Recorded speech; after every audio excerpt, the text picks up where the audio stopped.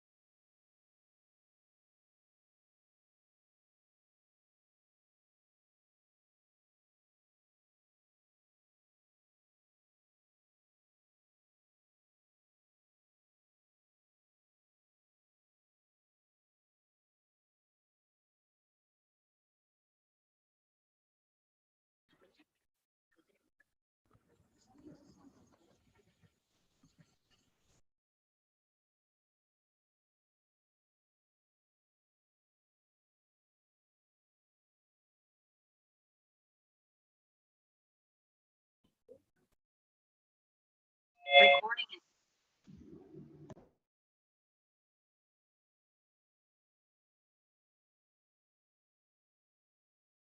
Five.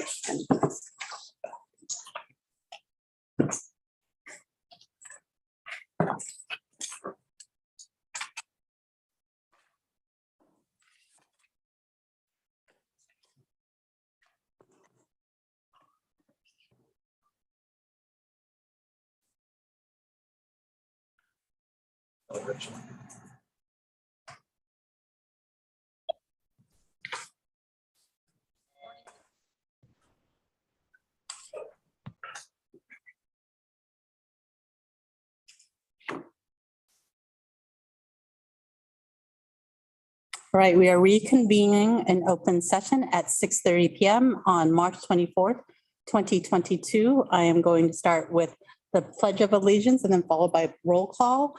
Mr. Sam Moisich, as a vet, can you lead us in the pledge? Everybody prepare yourselves and pledge. I pledge allegiance to the flag of the United States of America, to the republic for which it stands, one nation, under God, indivisible, with liberty and justice for all. Thank you. Opening up with roll call, Trustee Barnes. Present.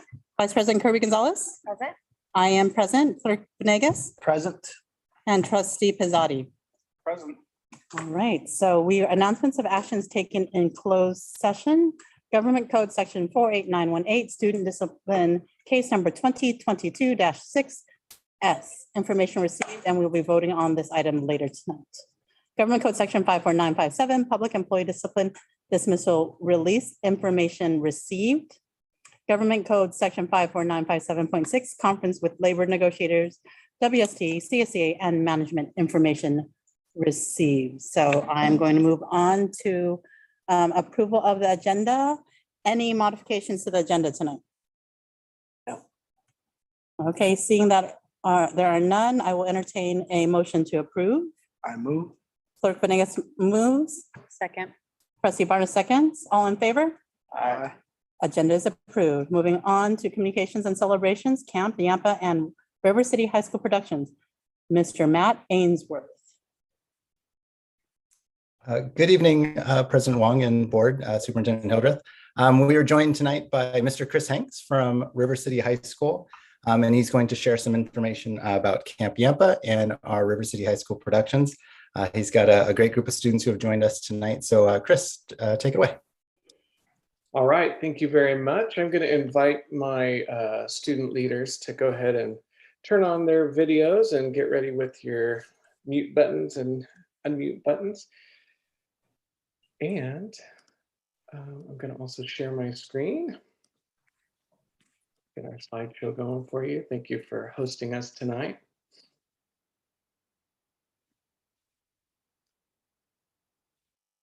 All right. We're shy, just one or two students. So as we go along, I'll try to chime in for them, or hopefully they'll join us as well. And we'll begin. All right. So good evening, members of the school board, Superintendent Hildreth, and members of the cabinet. I'm Christopher Hanks, a career technical education instructor at River City High School, instructor for the stage and screen pathways. I have the privilege of presenting this evening with the leadership and producers of Thespian Troupe 8918 as we share the trajectory of RCHS productions and report to you about the success of Camp Yampa. Before we begin, however, I'd like to publicly thank each of these student leaders, as well as the members and pledges of our Thespian Troupe for all of their dedication and positive energy. They are the heartbeat powering all you're about to see. And I believe that you too will be impressed by all of their hard work. So take it away. Good evening. My name is Imani Cowart. I'm a senior at River City High School, and I'm president of Thespian Troupe 8918. And I'm very excited to share with you tonight the many ways that River City High School Productions has been bringing the arts alive and keeping it going. March is our Theater in Schools month, so we're joining thousands of other students and theater educators to help raise awareness to the impact of theater education. And together we hope to draw attention to the need for more access to theater education and for all students to assert that theater education teaches absolutely vital 21st century skills critical to success on and off of the stage. Speaking of, did you know that high school students who earn multiple arts credits are 5 times more likely to graduate than students with low involvement in the arts? Our thespian troupe is experiencing our strongest year to date. The Stage and Screen Pathways CTSO, or Career Technical Student Organization, this club not only offers weekly meetings for any interested students, but allows for leadership opportunities for inducted members and pledges alike. Officially chartered in 2019 with 15 students, our troupe roster will reach 60 lifetime inductees to the International Thespian Society by the year's end. To become inducted, a pledge must provide 100 hours of service in troupe activities. Subsequent rank advancements are earned at each additional 100-hour point. To date, members and pledges have banked more than 4,000 hours of after-school stage and screen work.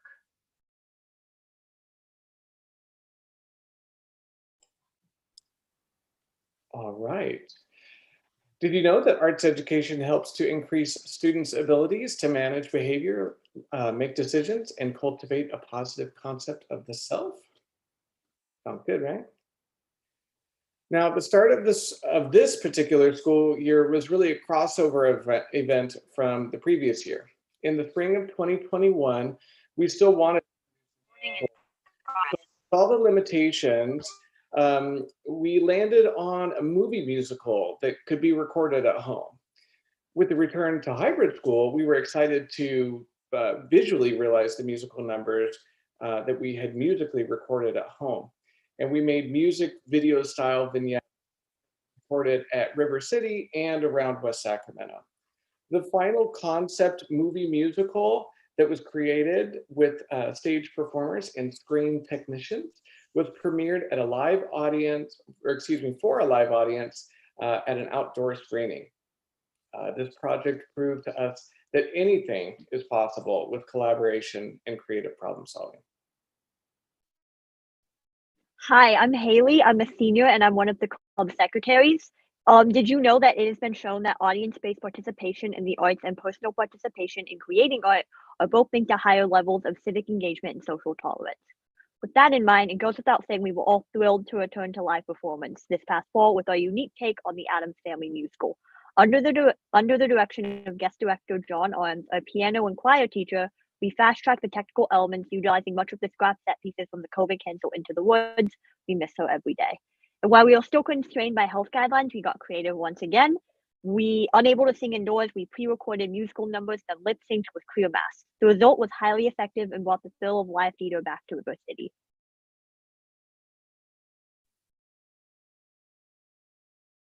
Howdy, I'm Mackenzie Herr. Currently, I'm a junior and a member of the thespian troupe. It's been polled that 95% of school administrators believe that theater experiences improve students' overall academic skills. RCHS Productions and thespians do more than just theater stuff. In fact, in the fall, while the screen classes were in full force, the advanced filmmakers pitched, wrote, and produced 5 fully realized short films. This project is called Counterparts, since we bring these films to life using the thespian troupe as our acting pool. These 5 major films, including mine, which came in at over an hour in finished length, were accompanied by 40 shorter films to collectively compete in the 5th annual Raider Studio Film Festival. The screening and awards ceremony for top films was the highest attended so far and bestowed 24 awards for high achievement. Good evening. I'm Riley, senior and member of Thespian Troupe 8918. I have taken each of Mr. Hanks's CTE courses and participated in RCHS Productions activities all 4 years. So I can really see the truth in this. Art education promotes academic self-efficiency and engagement in school, both predictors of persistence to graduation. At the start of the spring term, we walked into advanced theater production and audition day 1 for our roles in the 1 act that we'll take to the Atlanta High School Theater Festival. In only a few weeks, we build, rehearse, and perform the one act, along with monologues, duos, and musical numbers and technical designs. This year, I played the lead role of the private investigator, Shakespeare, in the Omelette murder case. This whodunit was student directed by Amani Cowart and was recorded in front of a live studio audience to be submitted to the festival. The Linneo Festival was virtual again this year, but thankfully we attended most of the respondent workshops together. It's great getting to hear about our work from industry professionals from all around California and even New York City. Hello, I'm Robin, junior and social media manager for our troop. Would it surprise you to learn that 89% of surveyed business executives participated in the arts during their school career? For me, this makes sense. Creativity is a 21st century skill that is often overlooked in traditional classrooms. So, our thespian troupe has spearheaded an art collective on campus to celebrate all things creative. We do this with a monthly art contest that's open to all students. We create a theme and see what sorts of art, videos, poems, and photos roll in. Winners receive art supplies. Additionally, the thespian troupe takes a break from weekly meetings every few months to celebrate togetherness with fun crafts and camaraderie. Hi, I'm Estina Ponce. I'm a senior and I work all around the troupe, but mostly as stage manager and being the executive producer and lead writer for our podcasts. The National Endowment for the Arts has shown that disadvantaged students in grades 8 through 12 who receive an arts education are 3 times more likely to earn a bachelor's degree than students who lack those experiences. And our troupe during virtual learning made strides in media and entertainment outside the walls of our studio theater, and we now have 2 periodical shows online.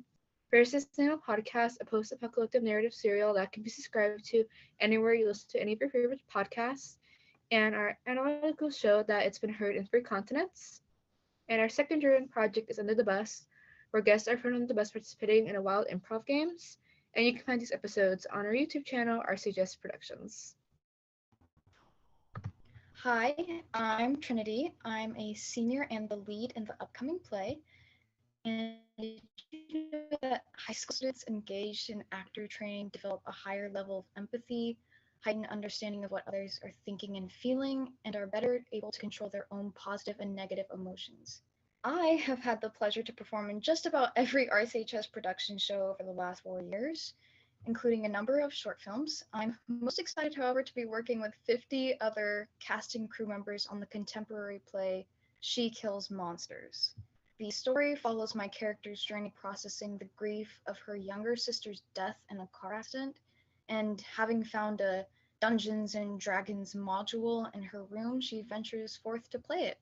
Beyond the wild fantasies of paladins, elves, orcs, and fairies, my character is able to come to terms with the sister she once knew.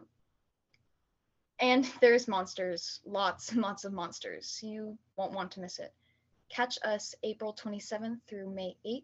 More info will be posted to rchsproductions.org and on our Instagram at rchsproductions. Greetings, I'm Paige. I'm a junior, treasurer and events coordinator for Thespian Troupe 8918. We want to draw a conclusion to the facts we've shared tonight with this.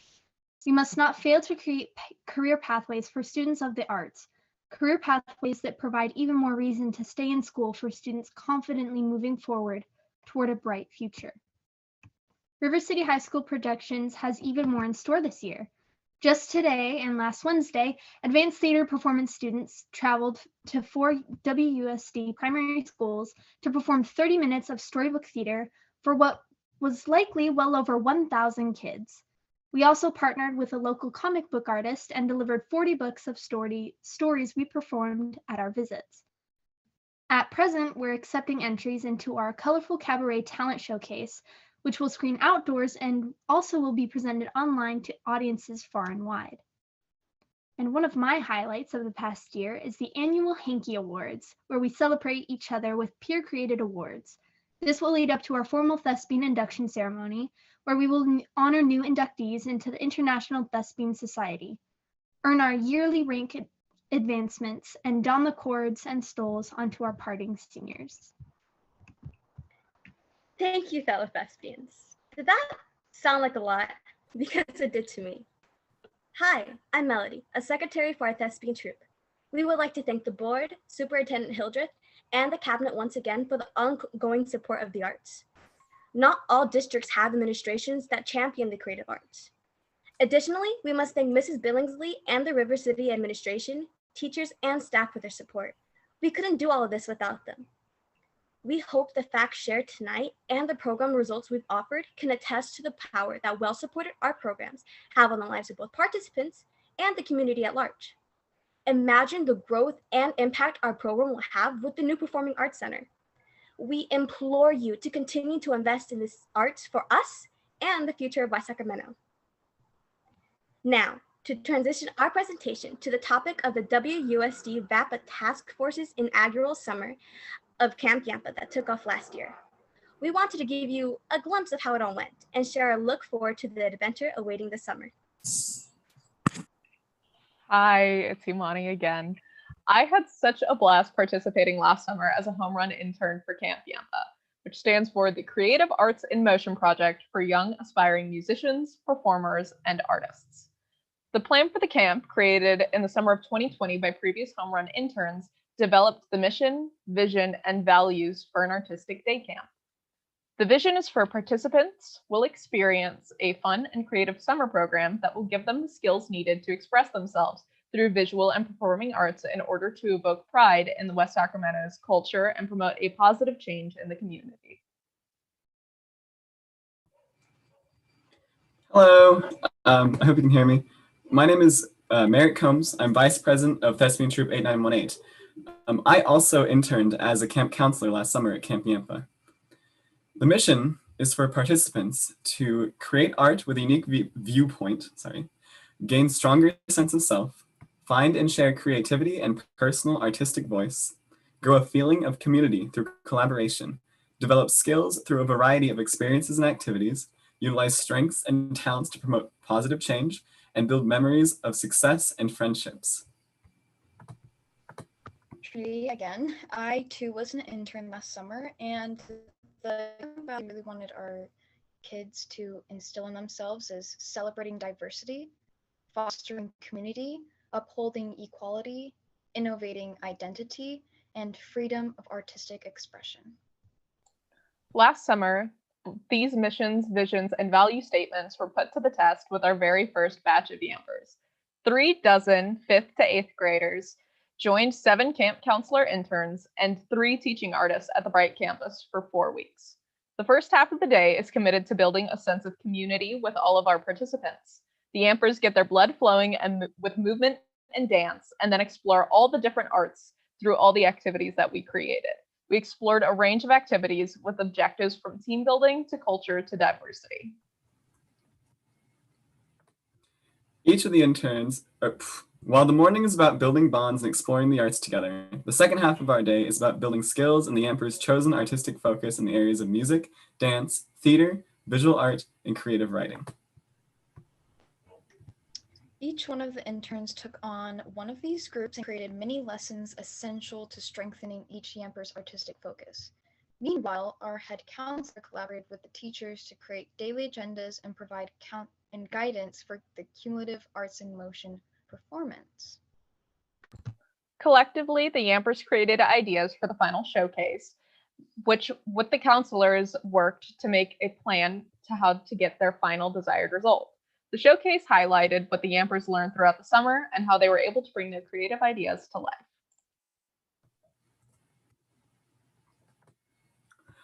We'd like to thank all involved in helping to make Camp Yampa happen last summer, and are excited to announce tonight that we're currently in the planning stages for another Camp Yampa experience this summer. Keep an eye out for more information through district communications and campyampa.weebly.com. Additionally, we must thank Mr. Moisage, who not only worked diligently to help make the camp happen, but was actually on site most of the summer with us. Mr. Moisage, do you have anything to share?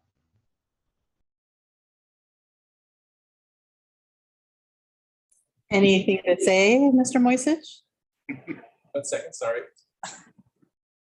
Thank you, everyone from Camp Yampa and Chris Hanks. You guys just did a fantastic job, and just want to let you know it was actually not really work for me. I was there watching you and really enjoying myself. So Really appreciate what you're doing. I'm so glad you guys are coming back, and I think our kids and our community really enjoyed it too. So I think they're all going to be very happy to know that you guys will do it again this year. Thank you. All right, so thank you all so much for allowing us the opportunity to share with you. Are there any follow-up questions that you may have? We'd be glad to answer them. No, I think Mr. Moisage, well, I don't know, comment, just impressed by you all and impressed. I got to remind people, y'all planned this during COVID, during like virtual session, and it came to life last summer, which was so amazing to see. Y'all were so professional from start to finish when you had us visit Camp Yampa. Just, you make us, I mean, this is why we do what we do. I'm gonna cry, like y'all are so powerful. We do what we do here because of everything that you have just shown us tonight. So thank you for your heart. Thank you. So it's a Hanky Award because you're Chris Hanky. Yeah. Okay. I mean, I'm not sure. There's English concept. I don't know sports. I have no idea if this means like whatever. So, but thank you for that, for moving, touching, and inspiring our thespians, our creatives. As everybody knows that my child is a creative, others are creatives, and it's just where they blossom. It's just so grateful that we are investing in this, and just glad that you all as student leaders develop this, own this, and keeping it going. And adults are just there as side, like just, we're just there as decoration, right? So I just want to thank you all for your commitment and your vision to this. So it just makes my heart just swell, like with pride. That. Any other comments or feedback? And no? I just hope that you can come and actually visit us in person one of these days coming up soon, because we would love to be able to see you guys maybe do a little performance in action for us. Definitely. Definitely. We'll keep that on the to-do list. Yeah, but there's a performance in action coming up. They're all okay. Yes. So thank you. Right. Yeah. Thank you. I want to also thank you. You were so articulate, the full presentation. It was so well done. And thank you also for giving us the statistics right behind how important art education is. One, as we get ready to have a performing arts center, thanks to our taxpayers in West Sacramento. And also just as we think about theater education throughout our school district to offer opportunities for all of our kids, which you're doing through camp, but we also want to make sure that we're doing that during the school year as well. So thank you for bringing the awareness and all you do. Absolutely. Thank you. All right. Thank you again. And we'll see you at the theater. Yeah. Break a leg. Thank you. Also, as a point of privilege, I want to just read a land acknowledgement before we go into the rest of our agenda, if you will allow me that. So Washington Unified School District acknowledges that Indigenous peoples and nations, including Patwin, Nasinam, Miwok, and Winton peoples, have stewarded through generations the lands and waterways of the city of West Sacramento, of what we know to be the city of West Sacramento. We honor and respect the enduring relationship that exists between these peoples and nations and this land. May the wisdom of the generations before us lead us in our discussions tonight. So with that said, I'm going to move it over to student and association reports. And our student board member, I believe I saw Austin Bush from Washington College Middle High School. Yeah, hi. Hi, as you said, my name is Austin Bush. I'm I'm going to be presenting the student board report for March 24th, 2022. Next slide, please. At Bridgeway Island Elementary, they've had a third grade student serve as a student principal for a day, and they celebrated a Decades Day and the Styles of the Past with the staff and students participating. Next slide, please.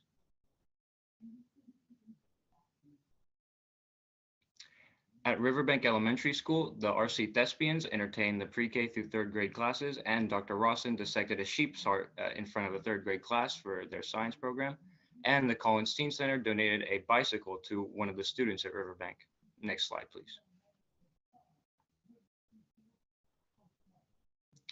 At Elkhorn, they participated in a dress-up day to celebrate the Read Across America, and they received donations of prizes from many colleges for March Madness for students. And students participated in a dress-up for Career Day, and families of the school came to share their stories of achieving their personal career goals. Next slide. At Southport Elementary, they have a Dino Dash Color Run scheduled for April 30th, and they want to thank the RCHS Theater Club for presenting fairy tales to the 1st through 3rd grade students. They also want to encourage their students to wear college gear for every Wednesday in the school to encourage their college ambitions. Next slide, please. At Westmore Oaks, their Kid Zone is to have an attitude, attendance, and academics initiative, or a AAA initiative. And the WMO College Door Parade took place last Friday, where students went around to different doors decorated for colleges, and they got to ask questions about it, and their questions about higher education were answered by their teachers. Next slide, please. At Westfield Elementary, the students were recognized at the Trimester Awards Assembly, and they wanted to thank the Batista Hernandez family and West T-shirts for their donation of St. Patrick's Day shirts to the school, which they're very grateful for. Next slide, please. At the Washington Unified Virtual Academy, they've recognized their student award recipients, and they wanted to celebrate students who've made significant growth in their reading and math diagnostics. And they're also preparing to have the Academy students come on campus for the coming weeks for testing and so on. Next slide, please.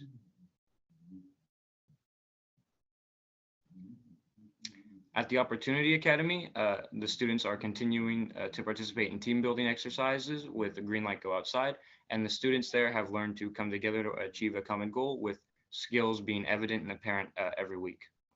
Next slide, please. At the Washington Adult School, there have been 2 more graduates from the high school diploma program and another 2 graduates who've passed all of their GED exams, and 2 more who are very close to achieving their diplomas. They want to congratulate all of their students and teachers for coming together to help build learner persistence and the skills for future success in the school. Next slide, please. At Washington Middle College High School, they have a normal schedule on April 1st, no fooling, and they want to thank Ms. Darasset for visiting from Southport to administer the physical fitness test to the 9th grade class. The spring formal dance is on April 8th, and there's a new mindfulness group meeting on campus. This is their 2nd meeting to support and encourage students in terms of self-reflection and mental health and community. Next slide, please.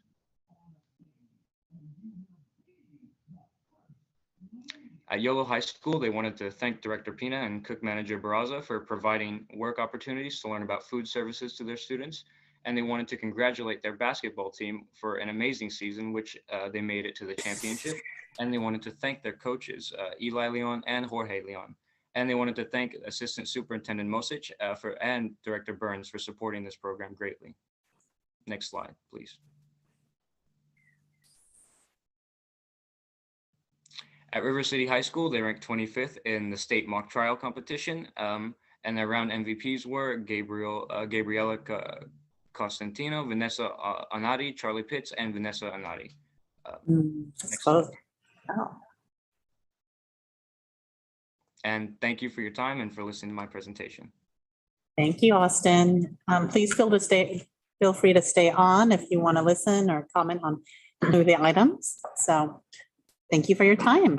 So we are going to move on to the CSE report, and I believe President Gandara is here, and we will zoom in over on him. Camera up.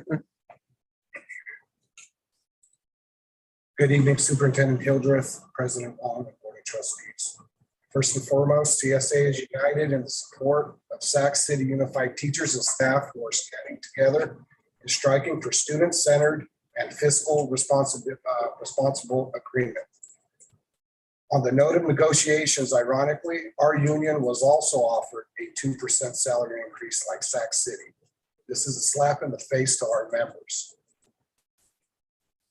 and everyone that knows, especially after seeing the latest fiscal report. We hope that during this downtime, when the district has decided to not meet and negotiate with CSEA will be 6 weeks when we go back to the table, we will give a counter proposal that gives adequate and fair compensation, including increase of healthcare benefits. Again, we don't meet again until April 26th. We also want to bring to the board's attention that there are 2 new positions approved on March 10th board meeting. I'm asking you, the board, publicly, why wasn't one of these positions posted as a classified position? One of the positions, social emotional learning, equity, and school climate and restorative practices. Example of this work would include creating training materials and making presentations to school sites and district staff, as well as planning to conduct a professional development training and presentations. We understand that anyone can apply. So we are asking in the future if leadership positions can also be advertised as classified. CSA is encouraging the district to help promote growth and opportunities for its classified employees. Not only do we want to retain classified employees, but we want them to feel that their work and skill set are supported, appreciated, and valued. Speaking of advancement, Article 1819 in the collective bargaining agreement was negotiated with the district to set aside $100,000 annually to provide professional learning opportunities to classified members. Professional learning opportunities will be provided each school year and will align with the district's goals and initiatives and or the operational needs of the district. So I am asking now, I guess unclear what the district's goals are. I understand it to be that the district and CSA created this so that members can professionally advance and grow, which is good for them and the district. I've recently had a member who is submitted for professional development using the PD funds, declined for growth to obtain a master's, and hopes to become a social worker in the district. So I will be reaching out to the member and asking her and HR to resubmit this. CSA would like to work with the district also in promoting opportunity and growth for its members. If a member is qualified and experienced but lacking in educational requirements, but is currently in the process of obtaining the requirement, like a degree or certification, we would like the district to provide that opportunity before they open a position externally. This will ensure our members grow and feel supported while they are in the process of professional advancement. These are prime examples of classified members being denied growth and opportunity, and the consequence will be more classified employees quitting and leaving the district. Also, it will continue the low morale and short staffing. The next thing I want to bring up is timelines and responsiveness. My concerns are regarding getting things done. I will share with you a few examples. First, I would like to thank all parties involved in the MOU for classified members in facilitation of a classroom when a certificate employee isn't present. The district finally agreed on language on March 1st, and it is now going through the CSEA process. The expiration date of this MOU is March 30th, which while looks good on paper, we all agreed to language and signed the MOU. Unfortunately, because of the lack of things getting done in a timely manner, now it will expire long before CSEA ratifies it. So here's my concern. I have only been talking about this since November, December. I'm not sure why it takes us until March to get this completed. I will also be working with my labor relations rep and human resources to extend this timeline to June 30th, as this will still be a need and will not go away. Second example, and full disclosure, we have a date for Monday. I have a member out on paid administrative leave since October 7th, 2021. We had an investigation meeting on November 18th. I had a labor relations meeting on January 11th, 2022, where it was stated we would have a response by January 2021 or to January 21st. I did not receive a response till the 28th of January, where the response was, I'll get in touch with you when the documents are drafted. Well, today, March 24th, we scheduled the date to receive those documents. So my question is, why can't we get this resolved since October? COVID compensation, example number 3.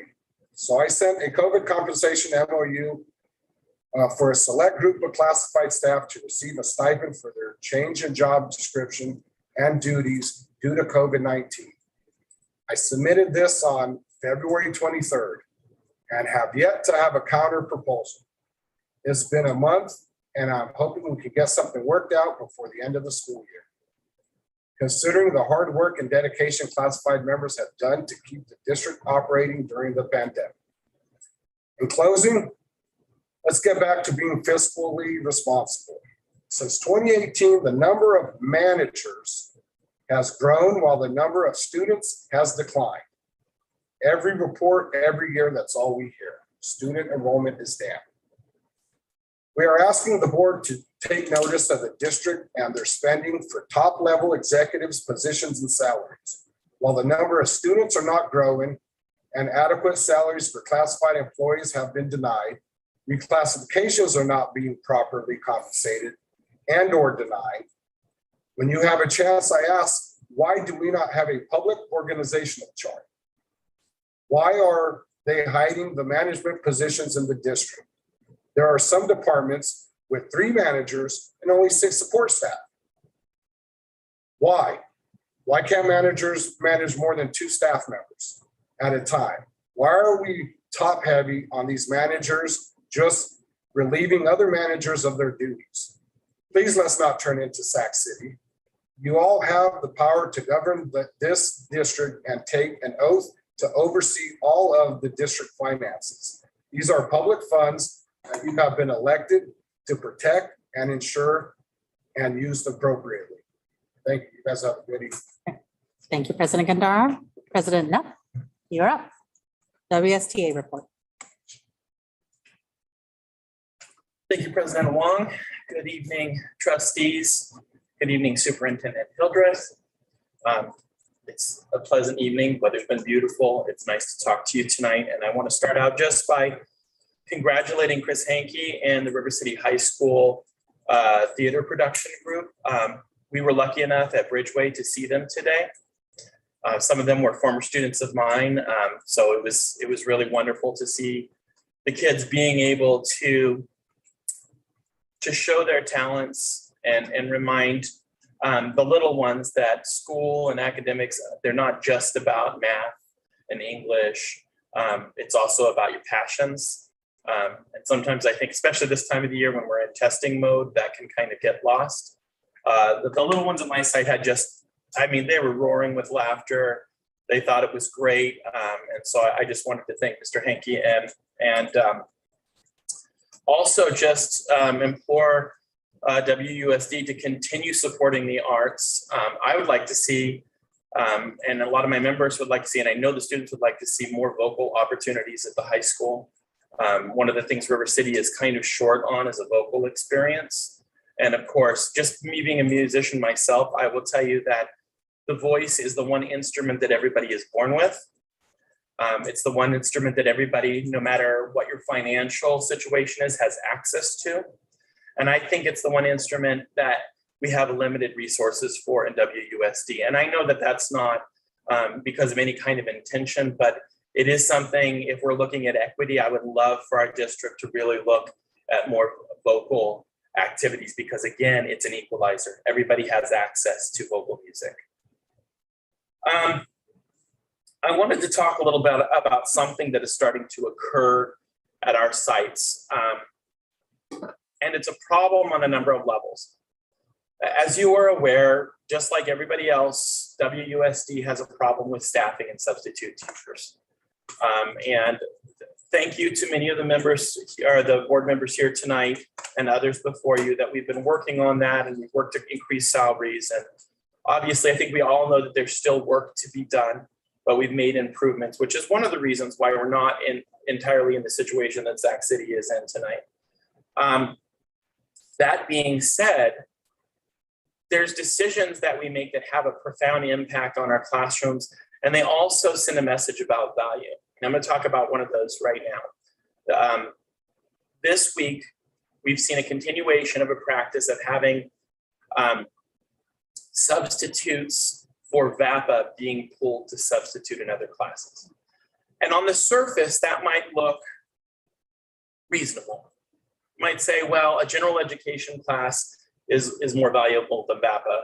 I don't agree with that. Obviously, that goes against what I was just talking about vocal programs and how children see themselves as a whole person. But I could see that on the surface. But there's a couple of problems with this. One, it affects vastly greater number of teachers. If you pull a VAPA teacher, all of a sudden a whole staff is not getting prepped for that day and can't prepare for their class. Two, there's a cost impact with WUSD because all of those teachers are now receiving compensation for preparation buyout. So it's not financially smart either. Teachers are really burned out. And when we take their prep in spring, when a lot of them are getting ready for testing and grading, it's not a good picture for them. And given the staffing impacts that we've already had, it just leaves a sour taste in folks' mouth. And to be honest, as I mentioned before, we are not Sac City, but these are the sorts of things. I think choices lead to making the best of a situation. And I think that we can laud ourselves because a lot of time WUSD does make the best choices, but we need to be aware when we are not making the best choices. So that's one area I would like for the board to look at. With that, as the previous topic, I would like to enter support from WSTA for Sac City Unified Teachers. Their commitment is laudable. Their concern is for students, for adequate instruction and education. And so I wanted to use this public forum to support them. Another topic tonight I wanted to discuss is board meetings. I want to tell you that the last 2 weeks I've been going to conferences throughout the state. I've spent a lot of hours on planes. All of those hours in planes and airports, I had to wear my mask. Unfortunately, I have poor dental health, so I've spent a lot of time in dental offices. And again, in dental offices and doctor's offices, I've had to wear my mask. I understand that the state has dropped its mask requirements, and I understand your responsibility to align to that. But I am concerned about the optics when we are asking teachers to go into a classroom with unmasked students, and yet we still are having to notify the district if you want to attend the public school board meeting. We've got to get this right. We need these meetings to become public again. We need a venue. The message we're sending to our teachers, I can tell you that school board meetings cannot be public, and yet we can have 36 kids in a classroom all day in the same room. That's not a very good message that we're sending to our teachers. So I implore, and I know some of this is city stuff. I know we've got to work that out, but I implore us to find a solution to this so that people can feel represented and seen in person. And I'll just tell you, just me personally, I'm so excited to be here in person, strangely enough. So just to see human beings is nice. It's weird how we took that for granted before the pandemic. I've been studying, now we're going to get really interesting, the second interim report, the financial report for the district. And I noticed an alarming trend on increasing outgo towards consultant fees over the last 3 years. We have a lot of underutilized skill in our district. I mean, you look around and you'll find experts in just about every field because WUSD does a good job of hiring.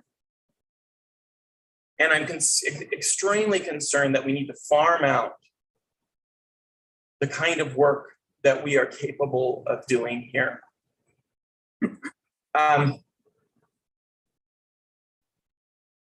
WUSD is projecting a massive $11 million increase in consulting fees for this next year.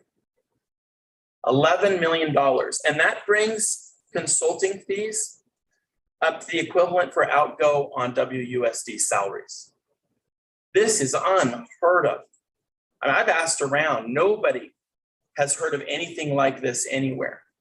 When I went to my finance department in CTA, they're like, what is going on? How can you be spending the equivalent of salaries, or at least projected to spend the equivalent of salaries on consultants? Very concerning. After hearing prior to me from the CSEA report about the 2% salary offer made to CSEA, the predicted expenditures on consulting becomes quite frankly appalling, and the CSEA salary proposal becomes disrespectful. I know that this body does their best to be responsible, fiscally responsible. So I'm hoping that I'm highlighting some things here that maybe just kind of haven't been on the radar a little bit, and we can take a deeper look. Because I know this is a conscious body that works for the betterment of our students and our teachers. But that was really alarming, and I hope we can have a discussion about that. And with that, I want to thank you and have a good evening. Thank you, President Neff. I feel the need to actually, because Trustee Fasadi asked this at the close and no one really pays attention at the close, can we highlight a little bit of, I think the question was, most of the expenditures were COVID related. Yeah. So I just want to confirm, like, I'm going to turn it over to both Superintendent Hildreth and Associate Superintendent Stovall to explain, because it was late at night and Trustee Fasadi did ask. And so I just felt at the beginning, since it's been named, to address it. Absolutely, and we can go into even greater detail at tonight's presentation. So the increase in expenditures that you will see in the budget on the restricted side is primarily due to our COVID expenses and our planned COVID expenses due to the funding that we've received over the past year and a year and a half. And effectively, the contracts were paid with ESSER monies or CAL money or AB 6 monies, right? So expiring restricted dollars. And we'll talk about it later, but I felt the need to actually just highlight that now, just in case anybody drops off later. Right. That was last, yeah. Okay. We are going to, is there anything else for, I know that we'll dig in deeper with Superintendent Hildreth or, okay. I am going to move on to public comments, and I'm going to start with, are there any public comments in the room? Yes. Okay. One public comment request from Colin Mallett. Okay, as Colin prepares to take this seat, I am going to read the public comment disclaimer. Members of the public may address the board on the topics of our board agenda in addition to topics that are under the jurisdiction of the board and are not on the agenda, although the board by law may not take action at this meeting. Under board policy, the board may limit the total time for public input on any topic to 20 minutes unless it chooses to waive the item limit for a particular item. Individual speakers may be provided up to 3 minutes to comment on any topic unless amended. Public comments consisting of individual charges, complaints, or derogatory remarks about any district employee are requested to be submitted in writing to the administration in accordance with the district's complaint procedure. As such, the board reminds the public that the district has existing board policy that allows the public to lodge a complaint against a district employee. The policy provides a comprehensive procedure for reviewing and responding to public complaints. This process provides a more thorough opportunity to be heard than is allowed under the open meeting law that governs this meeting. The board respects the rights of members of the public to speak regarding matters of the agenda and other matters within the jurisdiction of the board. However, it is important for members of the public to recognize that comments regarding students other than the speaker's own children made during a public board meeting may be legally actionable as a violation of student privacy.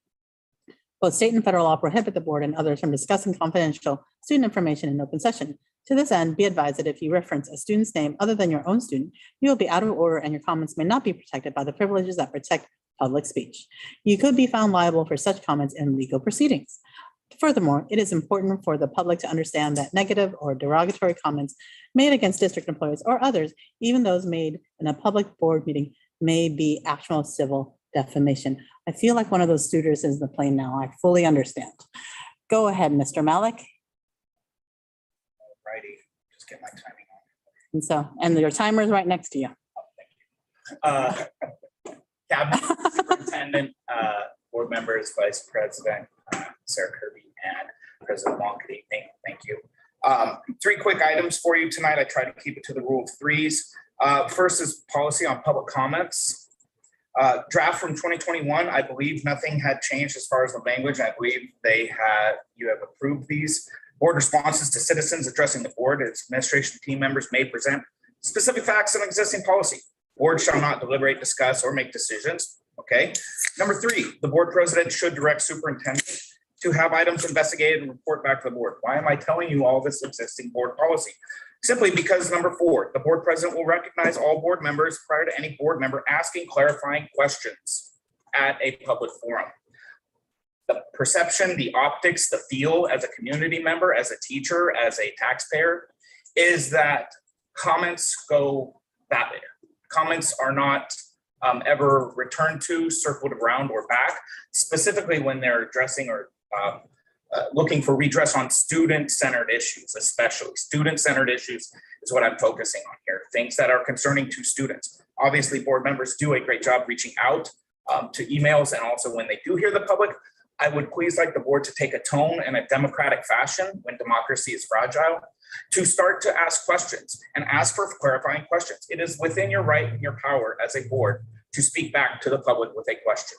And I think it's high time that we emphasize those things of democracy to our students and to our community to let them know that we hear their voices. Second of all, on the issue of subs from VAPA, I'm not going to harp on that. I will tell you this, on the institutional education experts speak to the strength of VAPAs, strengthening neural conduits and pathways in the brain and other subjects. It builds resilience, teaches problem solving, helps students face failure, and become even better learners in all other areas. Please emphasize and commend and continue to push for more VAPA support, in addition to finding substitutes for VAPA that are legitimate, so that they can have that prep time too, so they can prepare better VAPA lessons too. And finally, I do want to say thank you to Stan Moisich and to Brittany Billingsley at the high school. They were very proactive. They were very solution-oriented in finding and solving the RCVA overage issue that we had. We found a good workable solution for the end of the term. And with that, we'll be able to kind of reassess the needs of the high school. Superintendent Moises met with both teachers and staff, and it was very reassuring to know that the students' needs were in forefront of his minds, and that educators were being heard, listened, and valued with that. And with that, I yield back my time. Thank you. Have a wonderful evening. Okay, great. Right there. Moving on, any other comments from the room? Okay, moving on to live virtual. I don't see anybody in the attendance list, so, okay. I'm going to read a pre-submitted comment from Miss Natalia Pete. So comment: as a student at River City High School, seeing the updated dress code has made me and several of my peers uncomfortable. Both male and female students are upset by the wording and implications of the dress code because it is very obviously focuses on female students.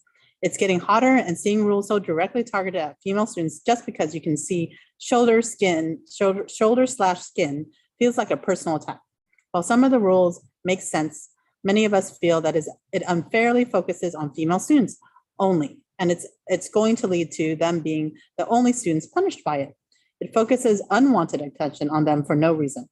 It's made many of us uncomfortable for years, and now is no different. Okay. And I don't have any other pre-submitted comments for public comments. And that moving on to L, no public hearing. Moving on to item M1, information discussion items, local control accountability plan, 2021 to 2024 community report by Assistant Superintendent Kamaljeet Panu.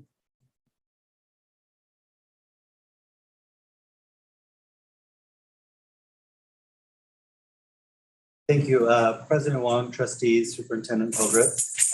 We're here today to share with you a community infographic that has been created on behalf of the district that will be utilized for to make the 133-page technical document of the LCAP accessible to our school community. Tonight's presentation, we're not going to necessarily talk about the LCAP because that has been already shared with trustees in the approval process. But what we're going to do is highlight the actual tool that we've created that will be provided to our families and our employees and our school community, either through digital sources or hard copies will also be made available, and it'll be listed on our district website. This tool has been translated in our main languages of English, Farsi, Russian, and Spanish, and will be going live as early as tomorrow. On the next slide, we already talked about, we're just going to share the infographic, provide an overview of the tool and some key aspects on how to review the tool itself. I'm bringing up the infographic. Okay, on the next slide, I'm not sure if can the public see this slide? Yeah, you want me to go to the slide? Yeah, there's still one more slide. Oh, No worries. Clear up that we get practice.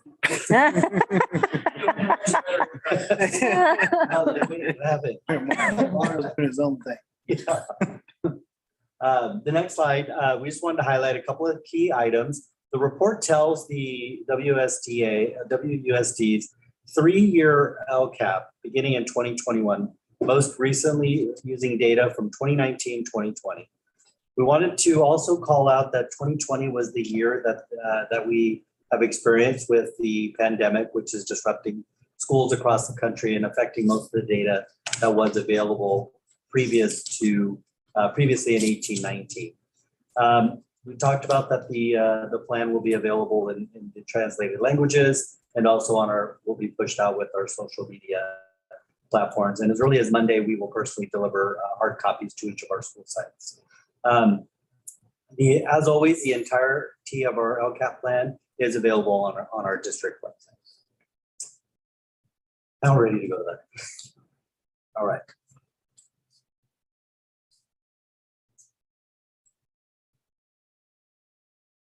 So the actual tool here that Mario will be switching to is a booklet that is available electronically on our website.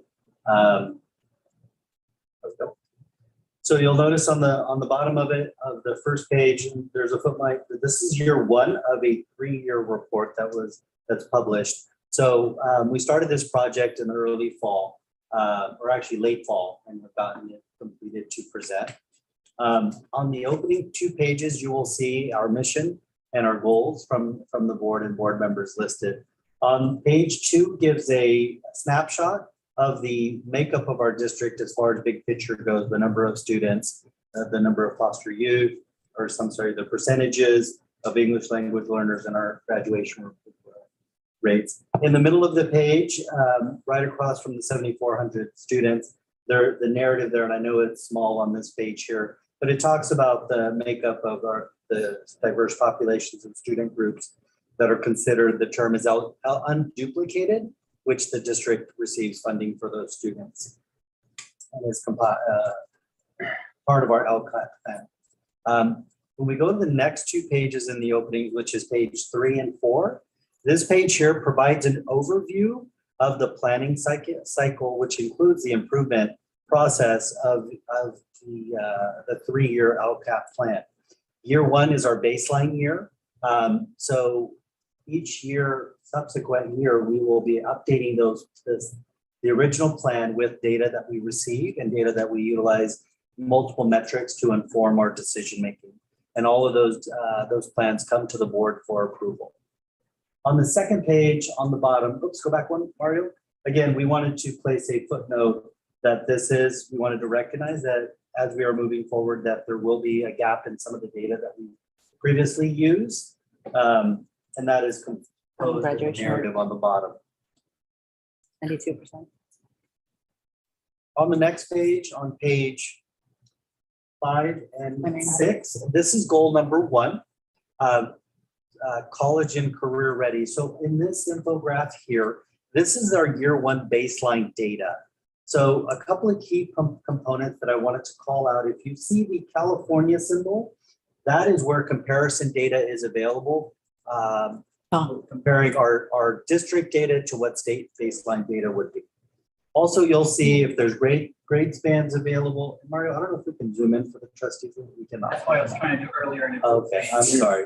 You'll have to trust me or get close to the screen. And you'll notice where there is disaggregated data available in our systems. We've added that to this document.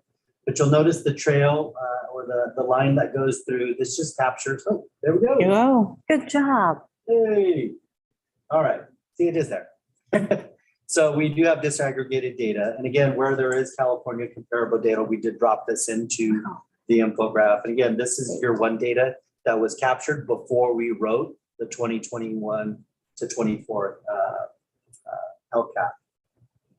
Moving on to the next couple of pages, which would be page 7 and 8.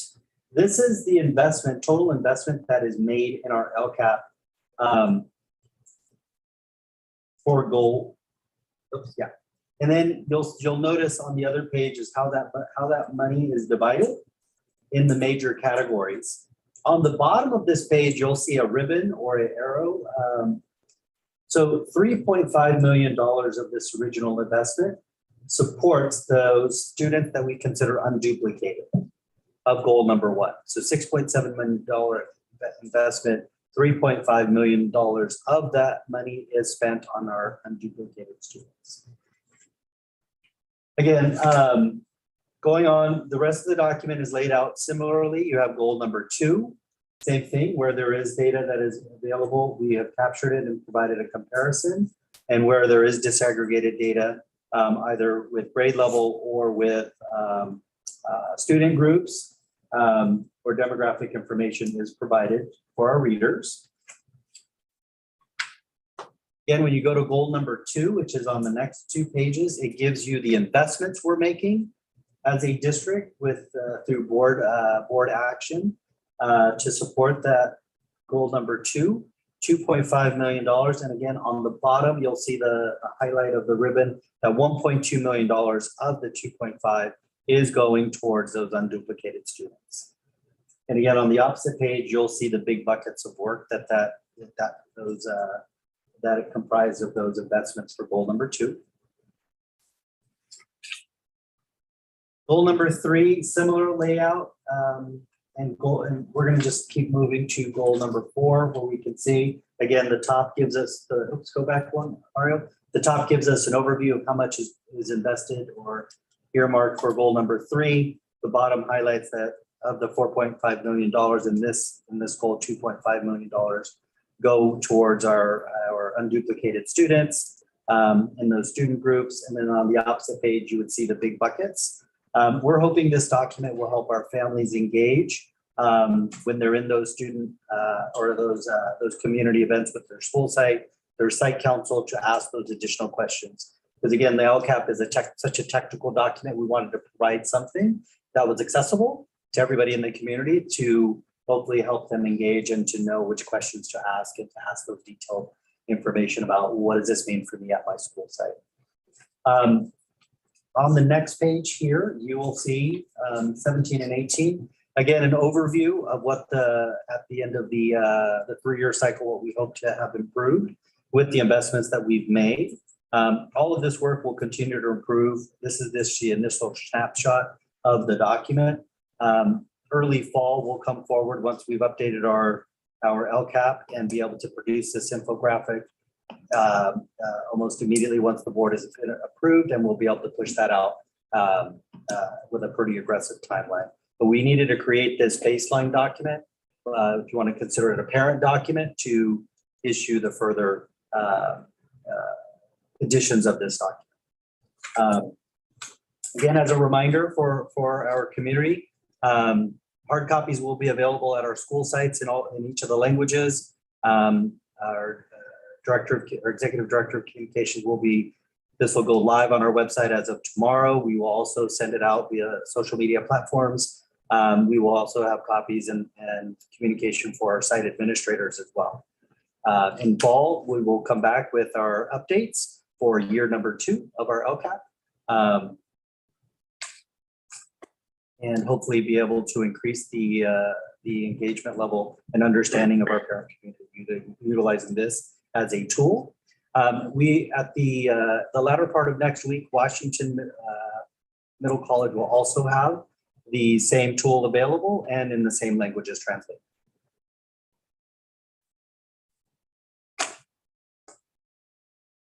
That's what we have to share this evening. And before we move on to board comments and questions, do we have any comments for anybody in the room? Seeing that there are none, are there any live comments? No public comments. No public comments, so I will turn it over for board discussion. Thoughts? Vice President Kirby Gonzalez. Sure. You answered my question in that when I saw this, which first of all, this is really helpful. I think this will be a great document for not only for our parents, but also for our staff too, and probably for HR as you go out and hire too, so people can get to know the district. Great. The first page had our strategic plan. Love that language, but it's going to be updated with the new strategic plan. So you seem to address that when you said that we can update this next year. And my question is, I remember when we approved this and looking at that budget item, will the cost change to update this document since much of the work has been done? It's going to just be. Yeah, it's just a fraction of the cost. It's just at that point, just an update. And one of the reasons also that we have created it in the fashion that we have is that when we do update that, the hard copies, obviously we'd have to reprint, but on our district website, we'll be able to, it's a live living document. So we can edit as we go. Okay, great, thank you. Any other questions, comments? Trustee Pizzotti? No. Clerk Benegas? No. Trustee Barnes? No? I think it's great. It's really helpful.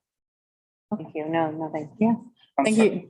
Okay, going back, Trustee Pizzotti? Just a question. When did you say this was coming out? What day would this be? Is it live? Tomorrow? Yeah, we have the website built up and ready to go. We wanted to share it with the trustees in this setting before we launch it. Okay. Are yours? It's good. Yeah, no, it's good. Thank you. It's a very comprehensive document. Appreciate the multiple language and accessibility. And so in the middle of everything else you were doing, so I appreciate staff time putting into kind of document that is just visually appealing too, because I think sometimes we stare at words and it becomes like wah, Charlie Brown class. So and just one comment on that with the piece about visibility, really the goal that we've heard from the trustees since the beginning of the year, and our goal is increasing community engagement. And so it really was okay that the LCAP is so important, but again, who is able to really comprehend a 133-page document? So the goal is with this tool, we hope to be able to work with parents on the types of questions they now can ask. So now that you have a visual and it's buckets and you see, if you have questions about mental health services, we can show you, we invested 1.2 million, and then, questions they might think, oh, well, what was that for? So just chunking it in a way that parents can ask questions, community members, staff members, and giving our site leaders the tool to also communicate. So it's not everything coming from the district. We want each school to be able to understand how the supports are being funded. Yeah. Super digestible. I know in other districts that we're very transparent and they have gotten sued for not focusing on unduplicated, and we can say throughout that we are focusing on the purpose of the local control funding formula. And I appreciate that. So if there are no other questions, we can move on to item number M2. Universal TK update, Assistant Superintendent Monique Stovall. Good evening, and thank you for the opportunity to provide this information. This evening, I'm joined with Superintendent Moisich to provide an update on our progress towards our universal transitional kindergarten. Very brief overview is AB 130 requires us to begin welcoming our youngest students beginning next year, and that's the expansion of our universal transitional kindergarten program. Next slide. So a quick overview of what we'd like to share with you in this informational item this evening includes a UTK, a review of the different programs, recent activities, sample programs, and then also our next steps. Next slide. Next slide. So the transitional kindergarten, we wanted to provide a general update and explanation of what it is to make sure we're starting at the same spot for everyone. So the transitional kindergarten program is an educational program to help children develop school readiness skills. It has age-appropriate curriculum for young children. It's important to note that it's not required by law for children to attend TK. And currently, Or kinder for that matter. or kinder, you are correct. Thank you. Children whose 5th birthdays are between September 2nd and December 2nd of the school year are able to participate in universal TK, and that's the current law. Next slide, please. At this time, I will pass it to Assistant Superintendent Gorsuch. Thank you. So this is just kind of gives you a layout of what our current program is. So it also gives you kind of the hours of our AM and our PM model. We have an AM and PM model currently in our district. It's located at 3 different schools. We have AM, PM sessions at Southport. We have an AM session at Stonegate and an AM session at Westfield Village. Each of those school sites has 1 classroom that's allocated for our TK program. And the student capacity at Southport is 48 students. So basically what you have is, that's the capacity. You could have 24 students in the AM session. You could have 24 students in the PM session. And that's why they have two teachers, because you have an AM teacher who's assisted by the PM teacher. And then the PM teacher takes over as the primary instructor and the AM teacher assists her. And that's how that works. So that's why their capacity is a little bit larger than the other 2 schools, because they have 2 sessions going on. At this current moment, we have room for 96 students in this configuration for TK. Our current enrollment right now is 78 students district-wide. And just for note, we have 69 slated for next year at this point so far. So we think we'll go past next year for sure. Next slide, please. So what is UTK? Universal Transitional Kindergarten. Basically, that means that we're expanding transitional kindergarten for all 4-year-olds. Now, this doesn't happen right away. This is going to happen over a period of 4 years. It's going to be phased in. I'll show you a little bit of graph in a little bit so you can see kind of how that works. What's really important also, though, is that it's not just allowing all the 4-year-olds to have access to transitional kindergarten, but it's also going to be a different type of program. This one is much more appropriate for child development, and it looks at a different ratio. So when you think of, for example, a typical kindergarten class, you have a ratio of the teacher and you could have 24 students in the room. Our TKs currently operate under that model. This is going to change. This now is going closer to what our early childhood education ratios are. And so what we're looking at next year is the adult to student ratio in the room will be 1 to 12 in a TK classroom. When it gets to year 23, 24, that ratio actually goes down even lower to 1 to 10. And we'll talk a little bit about that in a bit. Next slide, please. This just kind of gives you the UTK phased implementation timeline. So if we look at this year, 21, 22, if you look all the way on the left, you notice that we take students that have their birthdays between September 2nd and December 2nd. That's going to expand now. So for next year, that's going to allow kids who have their birthday from September 2nd to February 2nd also to join our TK program. So it kind of has a wider window of kids that can now be in TK. And as you can see in the years ahead, every year they're going to allow more and more kids to be in the TK program.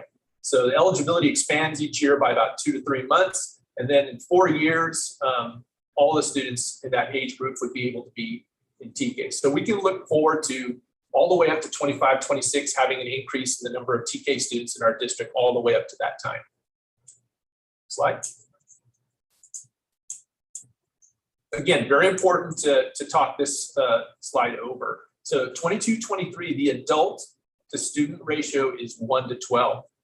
So that is a departure from what we're currently doing in the TK model. And 23, 24, it's going to be 1 to 10. Only one adult needs to be certificated in the classroom. So remember that. So it's key to notice that it says adult to student ratio. Also, we can have, like currently, we don't have more than 24 students in that classroom. So if you look at 24 students in a TK classroom, that means there would have to be 2 adults in that room for next year to maintain the ratio that we're expecting. Next slide. And I think Assistant Superintendent Stovall is going to keep going. Yes. So this will impact us financially. And thankfully, there are opportunities for one-time funding to support us in these new ventures. There's opportunities for planning and implementation funding, and that's a base grant for offering kindergarten, and additional funding based upon our supplemental concentration percentages. There's also professional development funding through a competitive grant, and also project implementation funding available to us for new classrooms or to retrofit existing classrooms. However, it's important to know that if we are going to create new classrooms, they cannot be portable. So there's some key variables that we would have to consider with use of some of this one-time funding. Next slide, please. So let's talk about our recent activities. Next slide. So the Universal Transitional Kindergarten Planning Team is composed of both internal and external partners. We have, of course, our educational services and business services, human resources, our superintendent and communications offices. We've also invited the City of West Sacramento Home Run Program to be part of our planning team, and then also the Yolo County Office of Education. Next slide. We've done plenty of research and engagement, and I'll say that the research and engagement does not end right now. This will be something that we will continue, I would say, throughout the planning and implementation, all the way through 25, 26 and beyond, because it's important for us to ensure that we're partnering with our community in the area to be able to have a successful program. Some of the internal engagement includes pre-K, TK, and K staff meetings, and of course our planning team.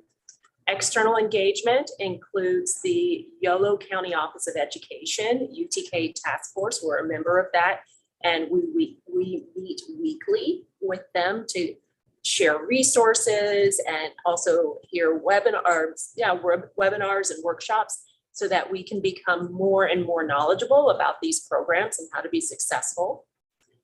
Of course, we've heard also from our First Five of California team, our home run program and local planning council. We've done parent surveys. We've also had parent information nights, and then also working with ACES. That's our after school education and safety programs. We also have consultants. We've had 2 demographers help us to plan and project how many students would be joining us. One is from the Yolo County Office of Education. The other one is our demographer that helps us plan for enrollment for our entire district. Both demographers came up with the same number. And so that was very reassuring to us to be able to have that nice check and balance for us. We also have a facility capacity study that we just received the draft report yesterday. So we'll be reviewing that, the facility capacity study is to let us know how to plan our spacing for these programs and to welcome our students. As was shared earlier, we are going to be adding many students throughout the next school years, and we want to make sure that we have adequate facilities to support our students and their needs. Next slide. Let's talk about enrollment and the projections. As was shared earlier, right now we have about 78 students. We anticipate that by 25, 26, we will be welcoming about 111 more TK students. To me, that's exciting. Yes, it presents challenges, but I really believe it's a great opportunity for our district and for our students and for our community to be able to offer supreme programs for the next generation. Next slide. We also wanted to share information about potential costs related to the UTK program. What these charts have here are 2 examples of models for delivering these programs. We have the AM/PM model and an extended day model.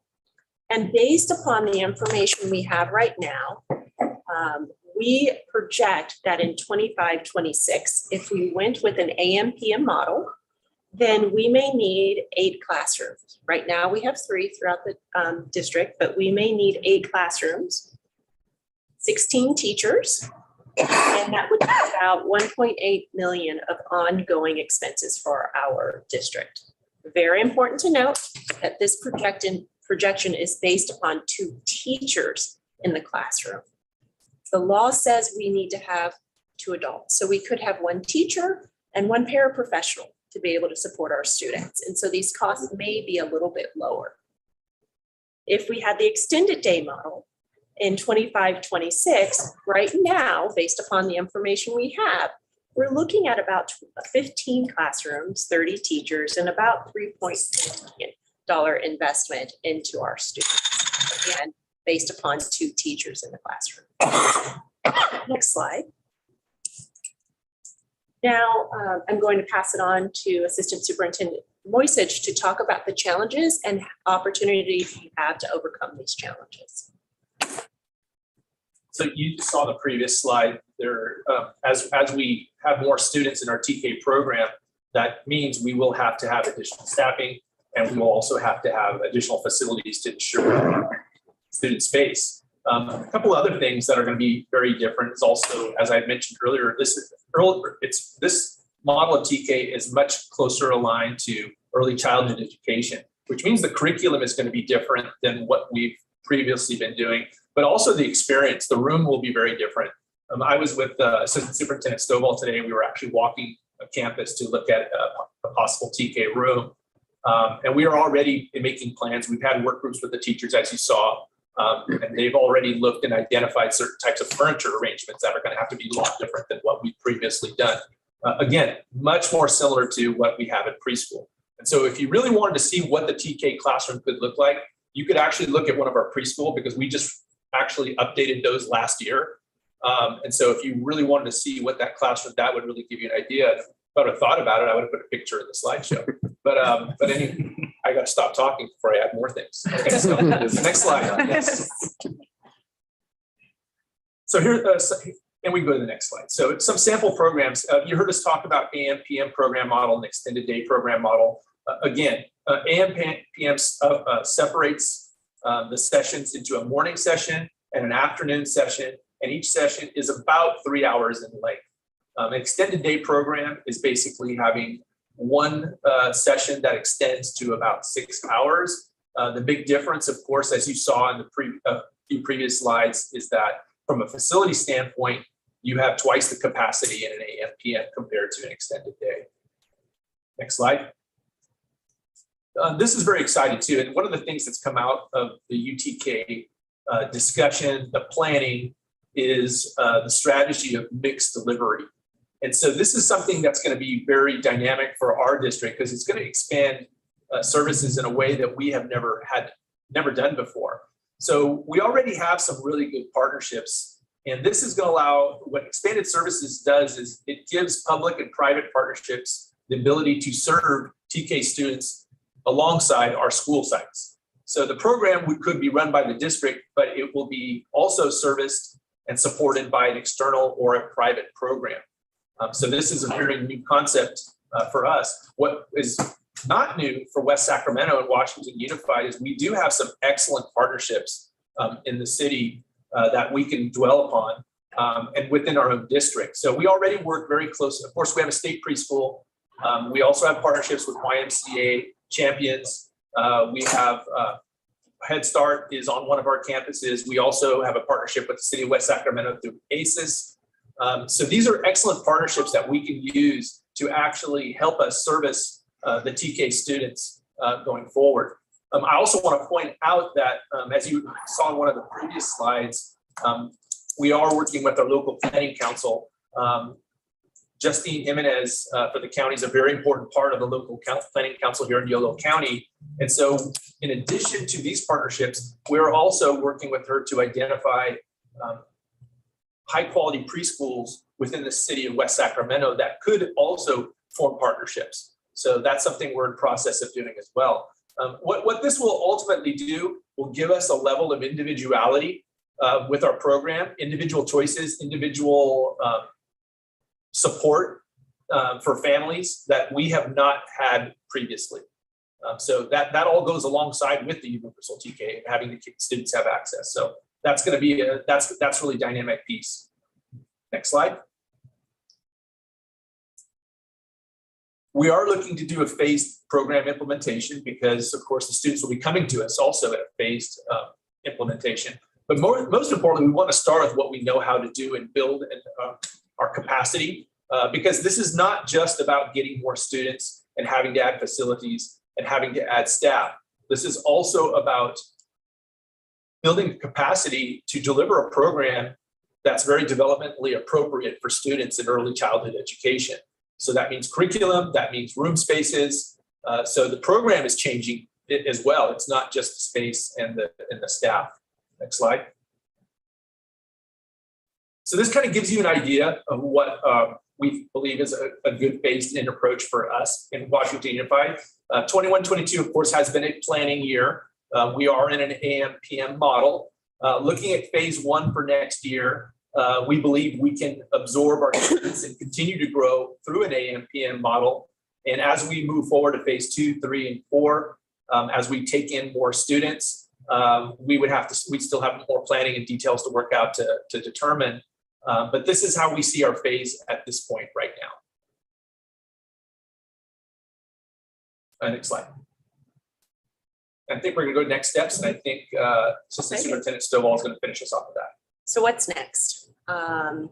We will continue our research and engagement with our partners. We'll also, as was just mentioned, we will update our TK classrooms to the early childhood standards so that they're really appropriate for these young and littles, is what I like to call them, our little ones. Provide professional development for our staff. Build our early childhood education curriculum in collaboration with our TK teacher work groups. Staff recruitment and hiring, of course. And then as part of the requirement through the AB 130 that I mentioned at the start of this presentation, we are required to present a UTK plan to you for your consideration by June 30th. So we will be coming back with more information and a plan for your review and approval. Next slide. And we always want to recognize those who participate in these presentations and who are part of our UTK team. And so we just wanted to make sure that we identify very specifically our partners in this presentation. Thank you. Great. Before we have board discussion, I'm going to move on to public comments, and starting in the room. Any desire for public comment in the room? I'm seeing none. Any live comments? I didn't see anybody back in the attendee list. And there are no written comments on the subject matter. So we will move it over back to the board for discussion, questions, clarifying, and otherwise. I'll say Clerk Venegas raised his hand first. Yes, beautiful presentation, great teamwork. I definitely have to say that I was pleased with knowing what the goal was, how we are planning on rolling it out, getting there, and by when we could, hear some more about it. So I'm definitely and also excited that all of the people that are involved, the acknowledgements. It's a beautiful thing to know that there's a lot of people behind the scenes really working together to make this a successful program for the community. So thank you for a beautiful presentation. Yeah. Thank you. As a point of clarification, the requirement, I think was missing. We have 3-hour, 6-hour programs. The law requires a 9-hour day. So that was the only missing thing. So, so I'm going to turn that. It means that if you have a UTK, you have to have a 9-hour day for those 4-year-olds, possibly 3, 4. As another option or it's minimal? That's the plan. That's hence the planning. I think that's the only thing that I would say that was missing. Right. So that's for board discussion of like, that's the missing element of the. That adds more questions. Correct, probably. Correct. So just that's the only point of clarification that I would add. That's hence mixed delivery. Per child, a little 4-year-old must be there 9 hours. It's some sort of program. Yes, that is correct. With programming. Has to be offered. Has to be. Right, so it has to be offered. We have to present 9-hour options if we're going to be getting this funding. Okay, so I'll turn it over to Trustee Pizzotti. Again. And then. I'm going to piggyback on that point because that really exacerbates the capacity problem. If we're going to offer Well, I guess our max capacity. So we have 96 available now. If we doubled it and, well, not doubled it, almost doubled it by going AM, PM. And then we would have to offer. You'd still offer the PM kids, the AM kids after and the. Yeah, we kids still nine. have to offer the AM, PM, the AMs and then the PMs, one way or the other. Some sort of after school care. Or before care. Or before care. And or before, it's 9 hours. On top of the care that we already provide, or the after school programs or before school programs that we already provide with, No, YMCA they could count, champions. they could count. That would be part of the 9 hours. That's part of the 9 hours. ACEs. What I'm saying is, what about the kids that are already, Oh, yeah, the impacted, Right, good point. that's what I'm Okay, the saying. impacted, yes. we use school facilities for that Correct, already. it is already impacted. to So your that's point. gonna be in. For the older kids, yes, Yeah. that is correct. So I guess. That is correct. The question is, how are we going to address this next year? Mixed delivery. Right? That seems like it's gonna be the only way. And was there funding available for us to build out, you said couldn't be portables, but we could move the older grades into portables, leaving the younger grades with brick and mortar classrooms in terms of availability.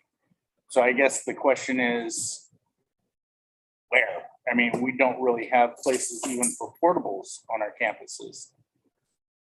So these are, really not hypotheticals. These are actual things that I'm starting to worry about, and being on the. Don't worry about it. We have a good system in West Sac. Like that's, No, and you were get on the that. advisory. Yeah, I get the mixed delivery thing, but I'm just wondering about what is our plan to increase capacity physically on our campuses?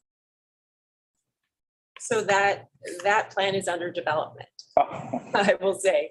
As I shared, we received our capacity study yesterday, and so we'll review it for, first and foremost, accuracy, making sure that they are assessing our capacity based upon the correct information. That will be able to provide us what capacity we have. Unfortunately, we are in declining enrollment. That does, depending on the school site, potentially give us more space available for our students. It's not the direction we want to go and how to be able to get this space, but that's there. So that's part of the continued research and the continued conversations that we need to be able to have to determine exactly how we're going to utilize our space for our students. So we will absolutely provide more information soon. I've asked trustee Pisati to hold a quick second because I know Vice President Kirby Gonzalez had some questions too, and then we'll come back. Okay. I was in Stonegate preschool the other day, and we did a dance of, I also joined in because it was so much fun. They were doing the Festival of Colors, and they were all wearing, the teacher said tie-dye with them, which I was just very impressed by that. So I'm very excited to know that I was also in the TK room, that the developmentally appropriateness of what this new curriculum will look like, eases my fears, and the ratio is just so much better. My question is just the facility, do they require a restroom for TK? If we are building a new facility and using the funding that's available, yes, we will have to make sure that there is a restroom. Okay, thank you But for that. as a whole, on the program itself, we do not have to have a restroom in the classroom. For example, the TK classroom we saw today and visited today at Southport, it does not have a restroom in the classroom. It's close to the classroom. Okay. And that's where having that small ratio is really critical, that you have an adult who can help to monitor, I think, for them. I'm very glad to know that we're working with our partners, our high quality preschool partners, especially hearing the 9-hour requirement to be offering. And my other piece is, because TK has been such an inequity, so I'm glad that this is working to address that. are there any avenues for a family with a 4-year-old before this plan? Maybe not through Washington Unified if we're not ready, but are there any avenues for them, or do we, if they do not qualify for us until, you know, we hit X, Y, and Z when we're able to offer it? So even currently, on occasion, there are some exceptions that are made, but those are looked at on a case-by-case basis. Okay. So it has happened. And so it would continue to be a possibility even as we expand. Okay. And then my very last piece is, as you look at the facilities, are you considering possibly, I know it comes from probably looking deeper, but now we have TK at some sites, not all. We have state preschool at some sites, not all. Are you considering that type of model for this as well? It might be in some locations, but not at all. Yes, I think we are at this point have to have everything up for consideration. Okay. As we dig deeper into what's really available in our district, we'll come back to you for conversation and options for your consideration. Great.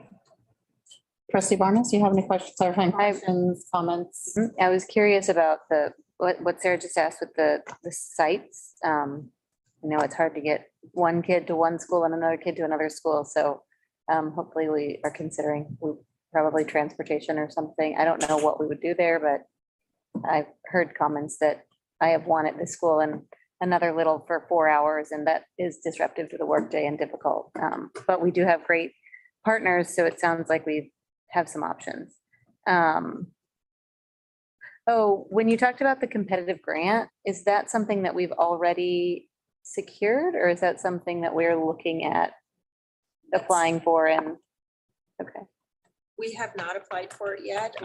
I would have to go back and research if it's available for us to apply yet, but as Mr. Mauritius has shared, or you may not have shared, but I don't think we're at that point yet. Oh, okay. So we're still building our program. Okay, yeah, I'm a little bit confused on the funding too, but I feel like that's because I'm new. And so if you can provide any updates on that, or give me a clearer picture of where it all comes from. I think it's an incredible opportunity and I'm really excited for it. So I should say that too. Thanks. Clerk Venegas, and then back to Trustee Pizzotti for his question. Thank you for holding. Yeah, since we've got the demographers working on the numbers, do you know how much the total number of 4-year-olds are going to be for 22, 23, 23, 24, 24, 25, 25, 26 in terms of, well, you probably won't know because 25, 26 aren't born yet, but you know, do we know what those numbers are? Yes. Mario, can you put that slide back up, please? Yes, the one with enrollment. The 48. So we, based upon our demographers, it does give us an idea of how many students are welcoming each school year to all the way up to 25, 26. We're looking at adding by that time a total of about. Right. So, okay, so I'm sorry, I must have been misreading that slide. So it says 127 is plus 49 over 78, which is 21, 22, correct? I'm sorry, can you ask that again, please? So it says 127 is 49 over plus 49 over 78. So that's all the eligible 4-year-olds in the city. Okay, that's what I was. So there's 127 eligible 4-year-olds that are available to come to ours, with 96 spots open in our facilities. We have 96 spots open this year. Based upon our conversations and what we're looking at, we believe that next year we would be able to accommodate the 127. By going to an AMPM model. Yeah, which we are currently in. Yeah. Right. Well, at some sites. Right. Our TK program is only 8. Okay, so I thought there was one site that's AMPM, rest are I AM. see what you mean. Yes, they're AM/PM in terms of sessions. Okay. We just don't have PM sessions because we don't have enough students. So if we did have 96 students, we would have them in an AM/PM. That's Gotcha. Okay. So then that means then our real worry is 23, 24. I would say you're correct. But also the 9-hour day. No, that's gonna be the worry for next year, Correct. right? That is Because correct. we just don't have that capacity for champions and YMCA and ACES to accommodate. So, yeah. So I appreciate this and I appreciate you guys getting ahead of it. I appreciate the work that has been laid by those who have been on UPK during the Child Signature Program. That was a First Five California investment that actually created the opportunity for that we have faced here in West Sacramento. I'm going to repeat that we actually 15 years ago, when y'all were part of this discussion, that this is the work that we've done here in West Sacramento has provided the opportunity for the rest of the state. Right. And so trust in that, trust that you were part of those discussions, the public-private partnerships, the city partnerships, the idea of integrating with ACES, like it is a public conversation, right? The opportunity is back to the developmental needs of 3-4-year-olds, right? So we think ACES, the ACES staffing, we've heard concerns, who they hire, right? And so, no, that's right. That and YMCA, that's the same thing of like developmentally appropriate before and after care of 3- and 4-year-olds, right? If we're talking about preschool, to your point, state preschool that we also run. And I know that staff is doing this really diligently and started early in advance of many other school districts around the state. So I appreciate that. So I just wanted to, I appreciate this presentation because I'm not sure if any other school district in the state is having this comprehensive presentation around mixed delivery in a very transparent and engaging way. But I also think we're ahead of the game for those of us who've been around in the conversation and some more longer than I have in this community specifically. Right. So I always think about somebody like Mile Preschool, who's the owner, who's a sub in one of our classrooms, right? We have good, high quality preschool programs and we trust that. Right. And so there's been a good community here. And I think that we have a really opportunity to be a model for the rest of the state, potentially the rest of the nation if Build Back Better happens. Right. So I want us to trust that as we go through this, figuring out facilities, 9-hour day, not developmentally appropriate. And also our teachers who are like ECE, like even when they teach kinder, right? Like they know this and they understand that we have to build the capacity together and our workforce just isn't there. We have a teacher shortage, but you think if we have a K-12 teacher shortage, we definitely have a TK teacher shortage when you go to 1 to 10. Right. And I know that staff are diligently working through that together. So, but I'm excited. I would encourage us to think with our partners, our both, who are here, who have a clear understanding of developmental needs of 3- and 4-year-olds. Right, and I say 3 or 4 to your point that we do also run state preschool that is a pipeline.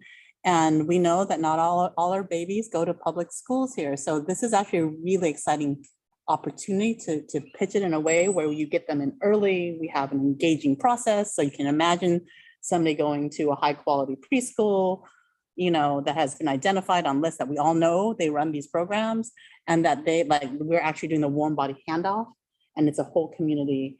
Like that's the vision of the home run program, right? Yeah, Madam President, may I ask? Yes. You're probably the best person to answer this question.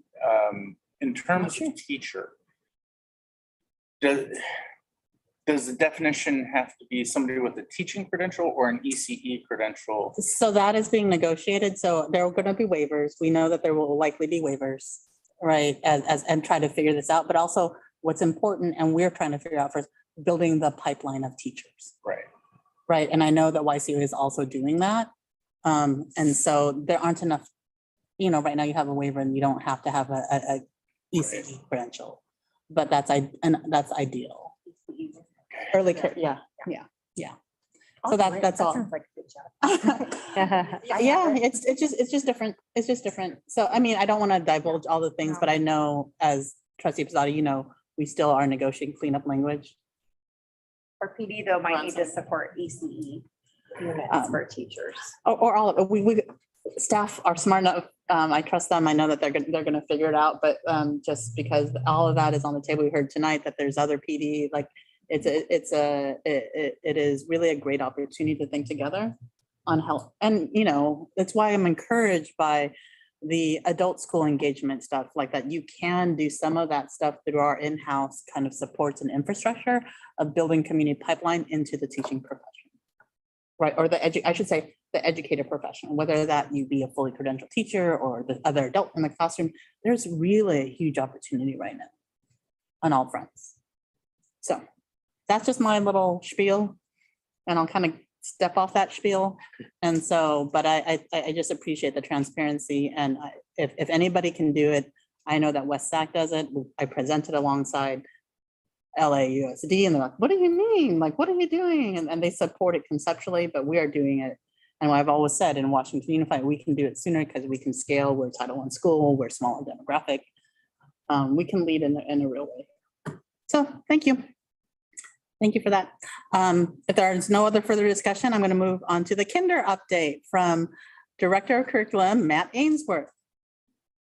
Actually, as I talk about it, I get excited. You actually get me to start this one off. We'll bring on Matt. Huh? Okay, so. That's what I'm saying, because you as you developed all it. know, Washington Unified has both half-day AM, PM, and extended day kinder programs across the district. TK and kindergarten working groups have been meeting over the past 2 months to gather input on vertical articulation and programmatic needs for the instructional schedules. Pet Services also sent out a survey to kindergarten families to gather input on instructional schedules and childcare needs.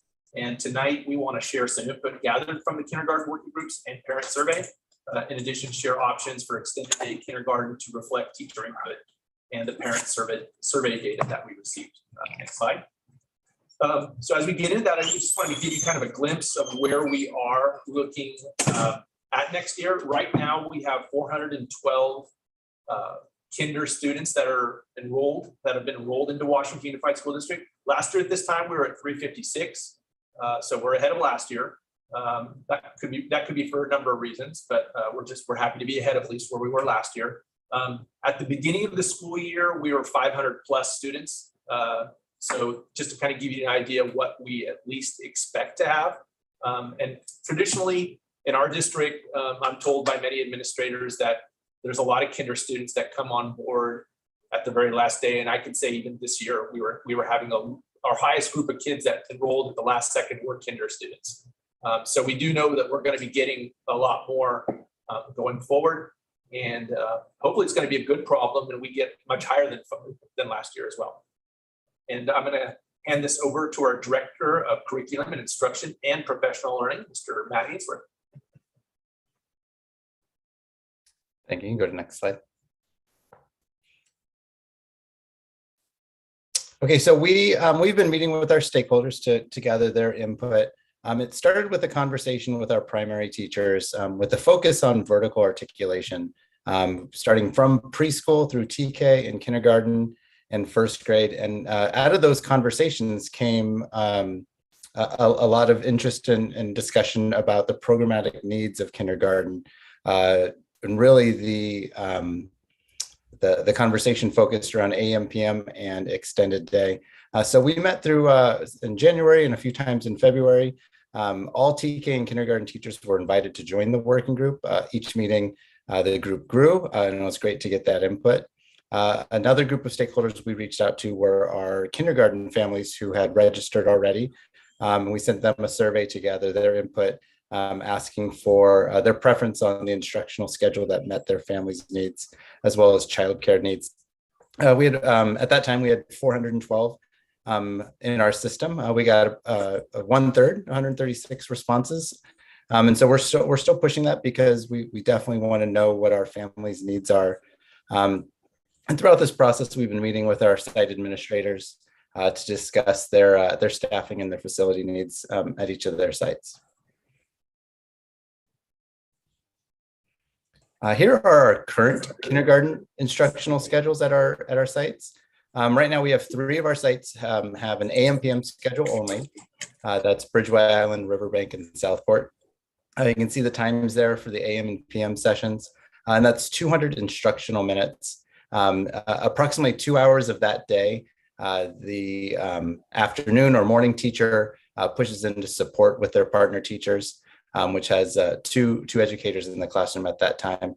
The rest of our sites have the extended day schedules at Elkhorn, Stonegate, Westfield, Westmore, and Wova. Those times are 8 to 1, and that's 260 instructional minutes. That's including their lunch break that they have on campus and a recess that goes with that.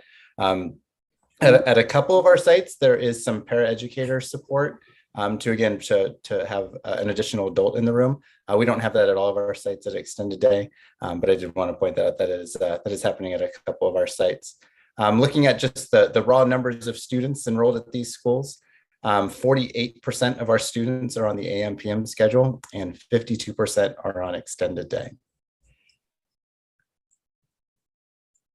So we mentioned the parent survey, and this went out to all of our pre-registered kindergarten families. And again, the question was, which instructional schedule best meets the needs of your family? And so Extended Day was by far the number one choice. But one thing that was very interesting, and we've shared these results with our teacher working groups, is that the need for AM/PM remains. We know that fits a lot of our families' personal preference. And so as we were working with our working groups, it wasn't a debate about which program was better or preferred. It was really just, this is what our families were asking for, and then how can we provide more opportunities for Extended Day. Again, with 48% of our students currently on AM/PM, but 77% of our parents who responded had preferred the Extended Day option. Thank you. So as we looked at the survey results and we took some feedback from our teacher work groups, what we looked to is how do we provide more options for Extended Day kindergarten to reflect that input and the parent teacher survey. So what we're looking to do based on our projected enrollment is to add some Extended Day schedules into the schools that currently have AM/PM. So that doesn't mean that we would get rid of AM/PM. It just means that we would have more Extended Day opportunities to match what our parents are looking for throughout the district. So the schools that would be affected by that would be Bridgeway, Island, Riverbank, and Southport. So they would have a mixture of AM/PM and Extended Day based on their needs. This is not new to our district, I want to point out. We have had schools prior who have had Extended Day and AM/PM on their school sites at the same time. Of course, the sites that already had Extended Day would continue doing so just like they have been, which is Elkhorn, Stonegate, Westfield, Westmore, and Luba. All those will continue with their Extended Days as they have been. So based on that our current projected enrollment, we don't believe these proposed changes will require any additional staffing or facilities. Now, we hope we get a lot more students, and maybe that'll be a good problem to discuss later on if we can get even more students projected in there. But just based on what we see right now. Of course, we're going to follow up with our working group. So we're going to continue having conversations with our staff. We're going to continue with parent information nights. We want to make sure they're available of all the different options that we have in the district, including, I think, a much more robust opportunity for childcare coming up for the next school year than we've had previously. So we'll have more details for that, but I think that's going to be a good thing that a lot of our families are going to appreciate about next year. And of course, we, as we've said, we want to do ongoing professional learning with our staff as we move into next year. Thank you. All right. Before we move on to board discussion, comments from the room? No comments from the room? I see there are no public attendees. Back to board discussion. Any thoughts? Trustee Pizzotti. Just something that kind of caught my attention is that this does tie in with the TK discussion in terms of facilities. I don't see how you maintain the Extended Day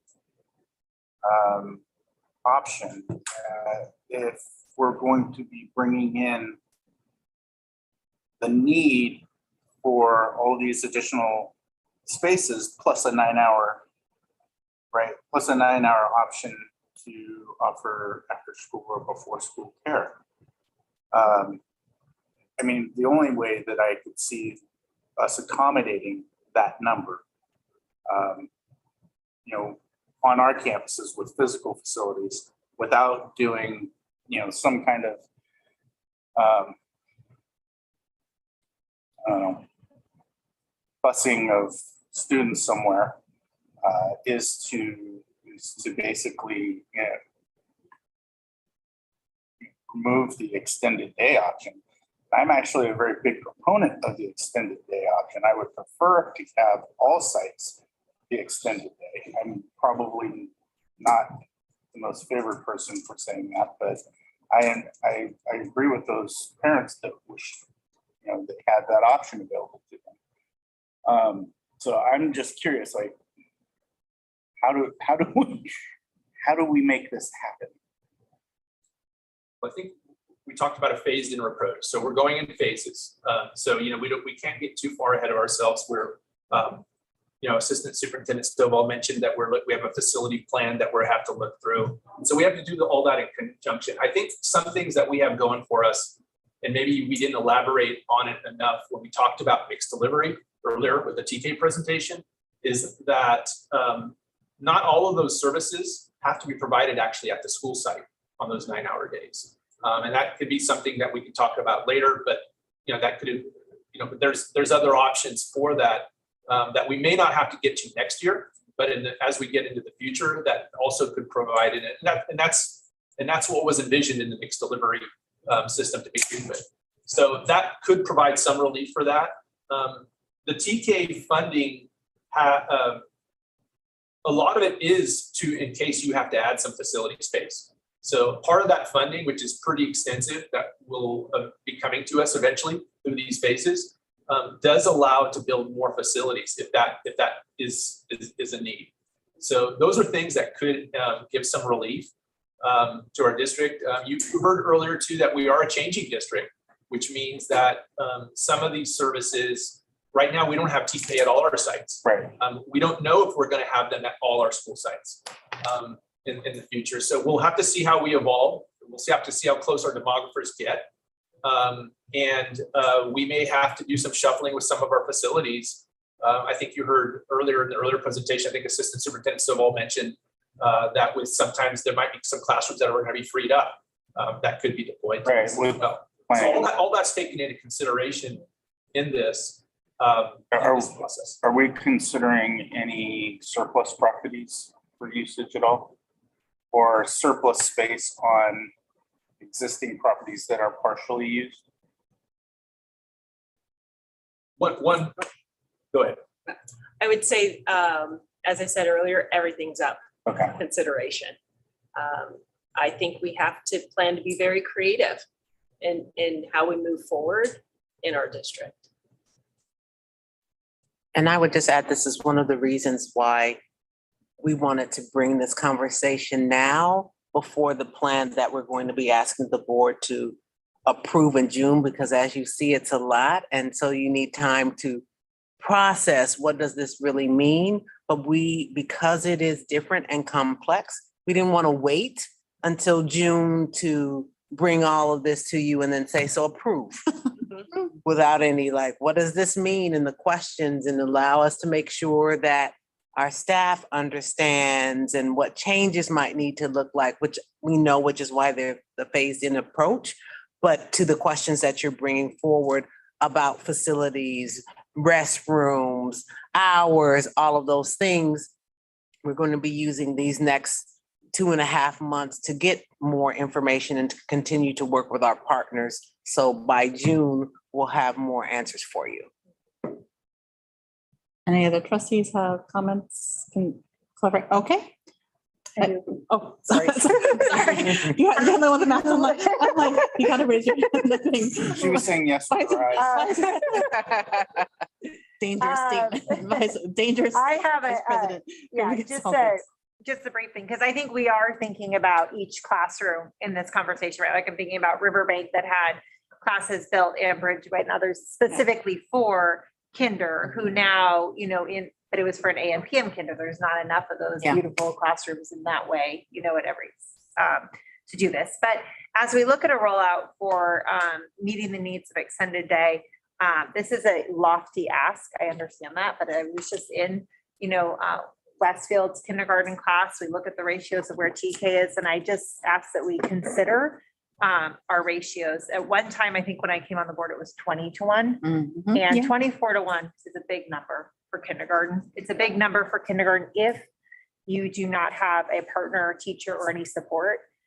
So maybe that, or if there's a way, maybe even temporary with some of our one-time money, we could look at, it's not a permanent solution, but look at having an aide that could even be shared between 2 classrooms or something. So that would be what my thought moving forward is, that we consider all of those options, because there is a big discrepancy for serving students when you have that high of a number on it. But otherwise, I appreciate the presentation and all the work, and I'm so glad that you have everyone at the table having the conversation together. Oh, yeah. Clerk Venegas? Thank you for the presentation. I think this is just another opportunity to be creative, but also adds urgency to the pathway of education for our adults, our Yolo High students, and how they can help. This is a real, it's real life scenario. This is where we are. So I'm hopeful that we're going to find a way to allow, I'm going to say the word allow our young adults, our young students to help and to step in. So definitely looking forward to that. But thank you for the presentation. +1 on the workforce pipeline. Yep. Right, like growing from within. I think that would just, it's a definite investment. Hopefully exciting message for them to hear Trustee too. Barnes, yeah. Well, no, that I'm just agreeing with you. And I think that could be exciting. Like, oh yeah, we, for people about to graduate or who would potentially be able to serve in those positions. Camp Yampa. Camp Yampa. Camp Yampa. I love Is that. a perfect example of how to kind of do that. So, so thank you so much. And I think we are done with informational items. We're good. Anything else? Nope. Okay, we're gonna move on. So to item, the consent agenda item, last minute to any changes to the consent agenda item? Comments on the consent agenda item? Going once, going twice, moving on. I will entertain a motion to approve. I move. Clerk Venegas moves. Can I get a second? Trustee Barnes nods her head. Second, all in favor? Aye. Yay. And you know what? We have the first female, I think, athletic director of our history. Yeah. No, not first. Okay, I lied. Stan. Okay, we have a She female said that. athletic director. Not first. How many have we had over the history since you're in a It's like 11. There's been at least 2. At least, counting this one. Okay, at least 2, but that's. Rewrite a This history. is actually done it before. Oh, so she's the same person. Doing it. She's going back to do it. Okay. Okay, but same person. So she's been the first and still the first. Back to back. Back to back.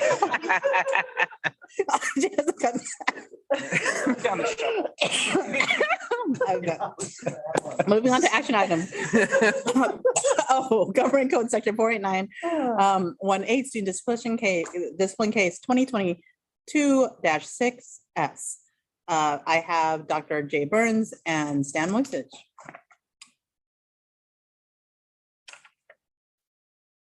I know we had discussion on this, so I don't know. Yeah, so the Board of Trustees received information on student discipline case 2022-06 in closed session. As required by Ed Code, the board is required to take action on the recommendation for this case in open session. I will move the recommendation. Well, let me see if there's any public comments. No public comment. Okay, so trustee Pizzato moves. Do I have a second? Oh, God. Vice President Kirby Gonzalez seconds. All in favor? Oh, no, this is roll call vote, right? Discipline action, I'll say roll call. Trustee Barnes? Aye. Vice President Kirby Gonzalez? Aye. I too vote aye. Clerk Venegas? Aye. Trustee Pizzotti? Aye. We take the recommendation of the staff with modifications. So, okay, action item 2, approval of the second interim fiscal financial report for fiscal year 2021, 2022. Assistant Superintendent Monique Stovall. Again, you have lots of presentations today. I sure do. I don't mind it though.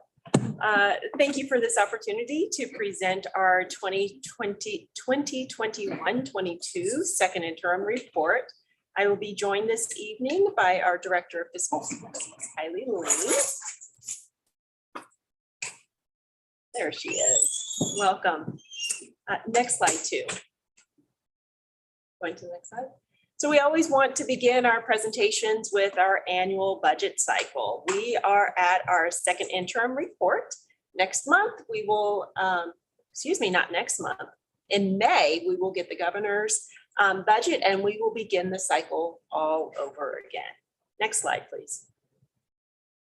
This evening, we'll review with you the legal requirements related to the second interim report, some assumptions and core messages that we want to make sure that we bring forth to you, a summary of our second interim report, and a discussion of next steps. Next slide, please.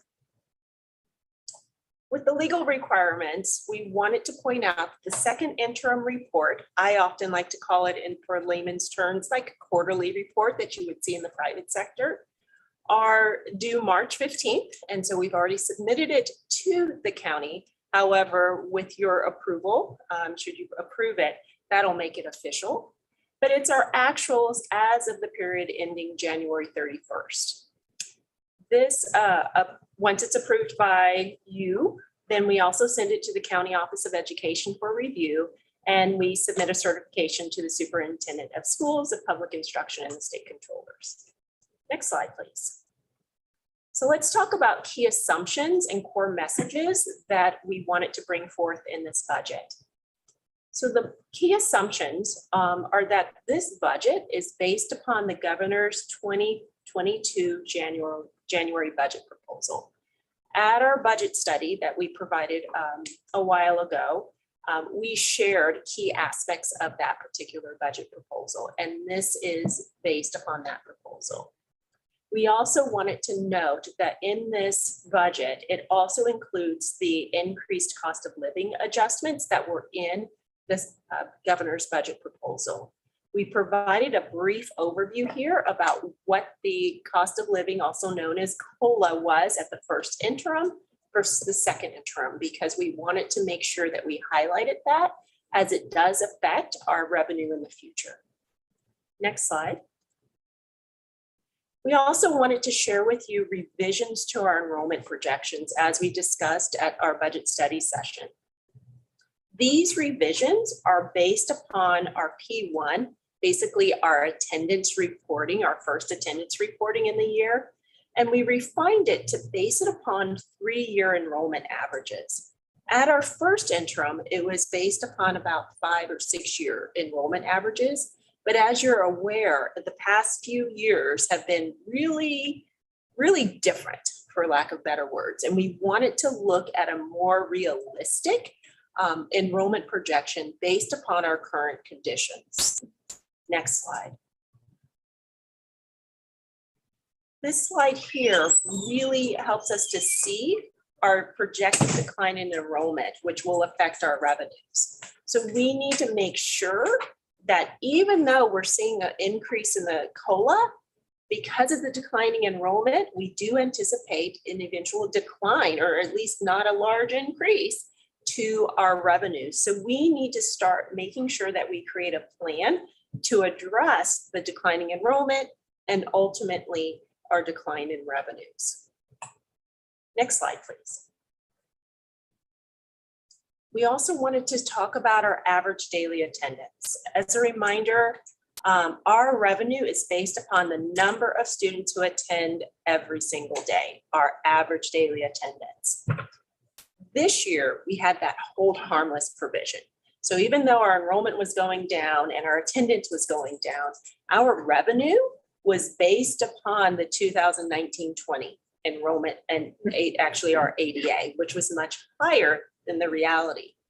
I want to point out the second set of bars here, the 22-23. So in 22-23, you'll see that the dark blue line is our enrollment, our projected enrollment, and you'll see our funded ADA. That's how much we're funded on. We anticipate will be about 6,900.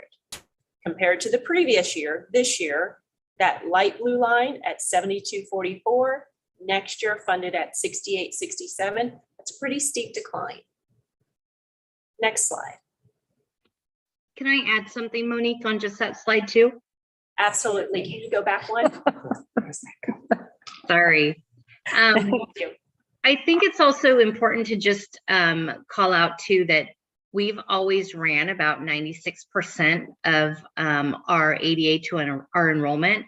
And this year, because of COVID, we are seeing that we're about 92%. So our out year projections, we are projecting at a 94% flat. But of course, that can change depending on just what happens in our future with COVID. If it kind of levels out, if we see a spike again and we're seeing kind of a change in our actual ADA. But I just wanted to say in my projections, I do project a 94% flat, just to be cautious.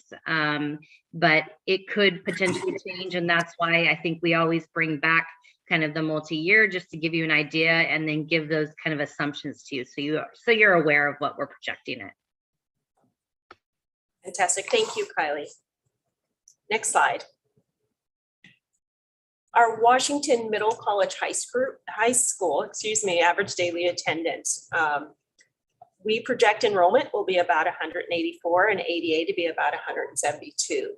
It's important to note that the hold harmless provision doesn't apply to charter schools. So we have been budgeting and the funding has been, we're not going to see that big shift as we anticipate that we're going to see with our district.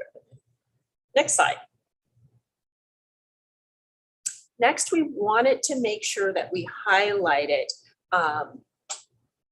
expenses related to our salaries and benefits that are outside of our control, which is our rising pension costs. Our salaries and benefits make up about 85% of our budget. And you'll see from 21 to 22 on this slide, going to 22, 23, there is a steep increase in the employer contribution to our pension costs, meaning how much we have to pay to be able to support our employees once they've been working with us for quite some time to be able to have a nice retirement. And so that's an expense that we have to take on as a district that affects our budget and our future expenses. Next slide. At this time, I'll pass the presentation over to Kylie to be able to give you a summary of our second interim budget. Thank you. Next slide. And of course, this will be my last presentation to all of you. So Monique will take the reins from here. So yeah, as we mentioned at first interim, we did have a positive certification. And so also our projections are also indicating that in our out years, we are meeting our financial obligations. So everything is looking good as of right now. So next slide. So on the unrestricted budget, this gives you an idea of kind of where we were at adopted budget, some of the changes we made at first interim. When we're looking at second interim, not a lot of changes that we saw other than kind of some revenue. I'll talk about those, but the significant changes that we did from the adopted budget to the first interim was when we designated some of our ending fund balance to, we had OPEB, we had deferred maintenance, and then also in first interim, we did have the bus charging stations that we included in the first interim budget. Next slide. Most of these increases are due to this LCFF formula, which was, we had the COLA stayed flat from what we had projected at first interim. We continue to reconcile position control, looking at our expenses. And then we've also seen kind of an increase in our utility budget. So the gas, garbage, water, so sewer, that's all gone up at the city. So we've been seeing a significant increase in that. And I think that's just important to keep an eye on. And I think that we'll just continue to look at that, but it has changed quite a bit just when we were projecting from budget adoption and then what we've seen actually this year. So next slide. As for our restricted budget, I think this is where I kind of want to pay most attention to. What we do at estimated actuals, if you recall last year, we had at estimated actuals where we projected all of the revenue and expenses for our COVID funds. And then when we closed the books, we obviously have actuals. And then at first interim, what we do is we reapply whatever's that remaining balance of the revenues and expenses back at first interim. So then you see that spike again. And then that's why you also see your the expenses that are much more. And then in the out years, of course, that all falls off because we're expecting to spend all of our COVID dollars by 2024, unless of course that's extended out. The idea behind restricted dollars is obviously whatever revenues we bring in, we have expenses that equal that amount. And then you should at the end of the year kind of have a zero balance. But we know that like with Title I, some of those other grants that we have, they do have kind of a carryover, or they're funding the actual dates of when they need to be fully expended could cross into the following fiscal year. So those are the dollars that kind of carry forward. But again, these expenses, I think it's important when we talk about the contracted services. I know looking at what we are like as far as looking at Fund 1 and the restricted and looking to see where most of our dollars are. If you look at what we have budgeted for in contracted services is about 28 million, but as of January 31st, all we've spent is about 3.4.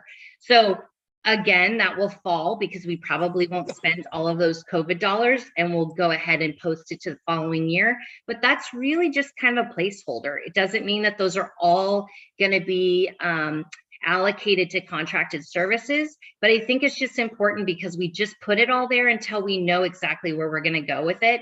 And of course, we haven't touched any of our ESSER 3. I think if there's any, it's very minimal. So it's mostly like the ELO funds and our instructional, or the IPI, whatever, I can't remember what that is. In-person instruction. Yeah, there we go, that one. So next slide. Again, and like I mentioned, we just in the revenue updates was kind of our CTI grants. We have the Classified Employee Summer Assistance Program, which we're actually going to be applying for that again on April 1st. We have a lot of participants on the classified side, which is great to see that we're utilizing that. Last year or this year, we're actually funded at the 1-to-1, which is great, but that doesn't always mean that we will be funded at the $1 for every dollar that the employee contributes. It kind of depends on how many people are participating in the program, but it's such a great thing that we offer. I think that the state offers, and that we actually participate as a district. And then some adjustments to the after school education and safety grant. And then the expenses that we kind of move around depending on where those expenses fall to cover some of those negative lines. And obviously the expenses that are associated with any of those adjustments for our restricted revenues based off of grants. Next slide. So the unrestricted general fund balance, like I said, I think from the board approved operating budget and where we are at it for the second interim, those big adjustments are the adjustments we made at first interim, which were the OPEB, the deferred maintenance, and then that bus charging station. Next slide. This is our multi-year projection for just the unrestricted budget. So as you see for out years, we are seeing some revenue increases based off of COLA. Our expenses, again, if you look in the 21-22 expense of the 93,000, that tapers off because those are the one-time allocations that we did into those other funds. Like I mentioned, OPEB, deferred maintenance. And then the 6% reserve, we're required to maintain the 3%. We have board policy that increases it up to 6%. And then our other assignments, and that 1.2, that is the supplemental concentration piece. That's for direct services. And then for out years, we have some technology needs. I think we have some wiring that needs to be done. I think the phone system, and then I think it's the surveillance camera refresh system. And then of course the ending uncommitted fund balance that we're seeing in the unrestricted side. So next slide. And so the next steps. We will request that you approve our second interim report. We'll continue to monitor and refine our budgets as we get additional information. We're going to incorporate those May revisions that we see into the next year's budget. So next year's budget, you will see estimated actuals where we anticipate the district will be actually closing the year out. And then, of course, we are beginning our budget development stages for 22-23, finalizing that, and that will come at the first meeting in June as a public hearing. And then we will have the actual budget development or the budget adoption at the second meeting in June. Next slide. So the next time you see us, we will be doing the governor's budget revision from May, and that will be Monique will probably be speaking on that. And then again, we'll just start that budget cycle back over with our adoption, and then any changes that will happen in that 22-23 year, and we continue on that cycle. Next slide, please.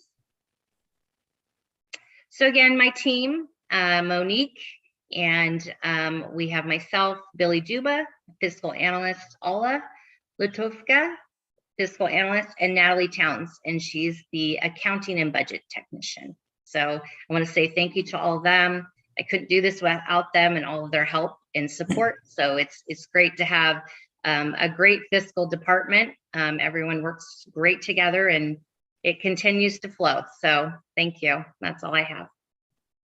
Thank you so much. Thank you so much, Kylie. There's nobody in the room and there's nobody attending this very, very exciting presentation about money. Also, I just wanted to say thank you for your years of service, Kylie. Thank you. And for supporting Troop 988 and Girl Scout cookies. Yes, Jackie got me. I haven't bought Girl Scout cookies for like 2 years, and I went to my son's work to give him a pair of shoes, and she was in front of Marco's, and I couldn't say no. Little Kennedy. Thank you, Kylie. Thank you, Kylie. And then I have to tell you, my daughter tricked me because I was out of town, and this is live, right, Kylie? Well, it's fine. She was trying to find out where they were, and I hid them. And then she went to her dad's phone, and she texted me from there, and I fell for it. So I gave her the secret. I gave away the secret. You got extra Girl Scout cookies. That's wonderful. Troop 988 and the Service Unit 121 does appreciate your support at large, so that everybody gets a piece of it. But really, just honestly, thank you for your service. You're just professional over the years. Just your transparency and just your knowledge of just making this easy and digestible for the public and for us to understand. So thank you. I know you're off to really great things, like you're hitting the ground running with your new gig elsewhere. So we wish you well. Thank you so much. Yeah. I see Trustee Pizzotti wanting to ask a question or make a comment, and or both. Both, yeah. First, thank you, Kylie. You've been on the board, or you've been educating the board since I got on, and I can't thank you enough for every bit of wisdom you've imparted on me, because I came in knowing very little about education finance. So I do thank you so greatly, and I wish you the best of luck, and thank you just for being, so thoughtful and making things very easy to understand for us. I do appreciate that. Thank you. As for my question, I was looking at the rising pension costs, and I have a little bit of an understanding why they're going up. I guess my question is, what is, in terms of STRS and PERS, what is the reason for one going up at a faster clip than the other? That's part one. And then part two, what is the employee contribution amount? So I would suspect, and maybe Monique knows more, but we have PEPRA. So classic and PEPRA members, the classified is 2% at 55, which that's now moved, I want to say, to 62. And then now with teachers, it's was 60 at 2% at 60. And I want to say that is now at 62 as well. So I think that gap is probably why we're seeing more of an increase on the PERS side. As for the employee contribution amount, I want to say STRS is like 10%, roughly around there. And I want to say PERS is 7%. And then I think maybe it's a little bit more for the PEPRA, but I can definitely get that information to make sure I have the solid numbers and percentage for you. Thank you. That's definitely helpful. I think that's all I had. I appreciate it. Thank you so much, Kylie. Any other comments? Vice President Kirby Gonzalez? Thank you. I was just looking through some other districts and I am so glad that we don't make the list of their budgets and we have positive certification, and that is the hard work of the fiscal team. So thank you all for your work. I've been here for 9 years and Kylie, you've always been. I just so appreciate you, somebody who comes in with expertise, you know the district inside and out, and you're just going to be really, really missed. And so sad for us, but wishing you a lot of luck. And I know that you will be fantastic, and whoever gets you is just so lucky. So thank you for all of your work here. Thank you so much. And I think for me, it was really helpful for you to explain the placeholder with some of the money. And I think you said 28 million, but about 3.4 or so was spent. And so I think for us to be knowledgeable when folks come to us, it might be helpful for us to just have a little bit deeper dive on what that means would be helpful. And thank you again. Any other trustees? I am just, it's funny, tonight is my piggyback off Vice President. I have the same, Vice President Kirby Gonzalez, I had the same thought. That would be nice to sort of flesh that out, the placeholder, because I'm not sure how to answer, like, why 28, but we only have this 3 spent. And also thanks for helping me. I know a year ago I was like, I don't know what is happening. And this time I was like, oh, wow, I've made it through this whole circle and I kind of understand better because of Kylie. Thank you. So I wish you well too. Thank you. Great. Clerk Venegas? No, he says thumbs up. Good job. All right. Seeing that there are no other comments on content, I think that just in the future we'll clarify what that means. And we are moving on. Thank you, Kylie. Be well and good luck. Don't be a stranger, please. I'll be back for 8th grade promotion at Stonegate. Oh, that's right. Yes, you will be back. Okay. All right, we're going to move on to, it's an action item. So, but nobody moved it. Oh, sorry. Oh, no, nobody moved it. So if we don't move it, will Kylie stay? Is that Oh, good. Oh. Trustee Pizzotti moves. I second. Clerk Venegas seconds. All in favor? Aye. Aye. You have your report. All right. Thank you, Kylie. You can go now, knowing that we voted for this. All right. Moving on to board governance. Second reading and adoption of board and trustees governance handbook. I know that we were sent it in advance. So, sorry, Superintendent Hildreth.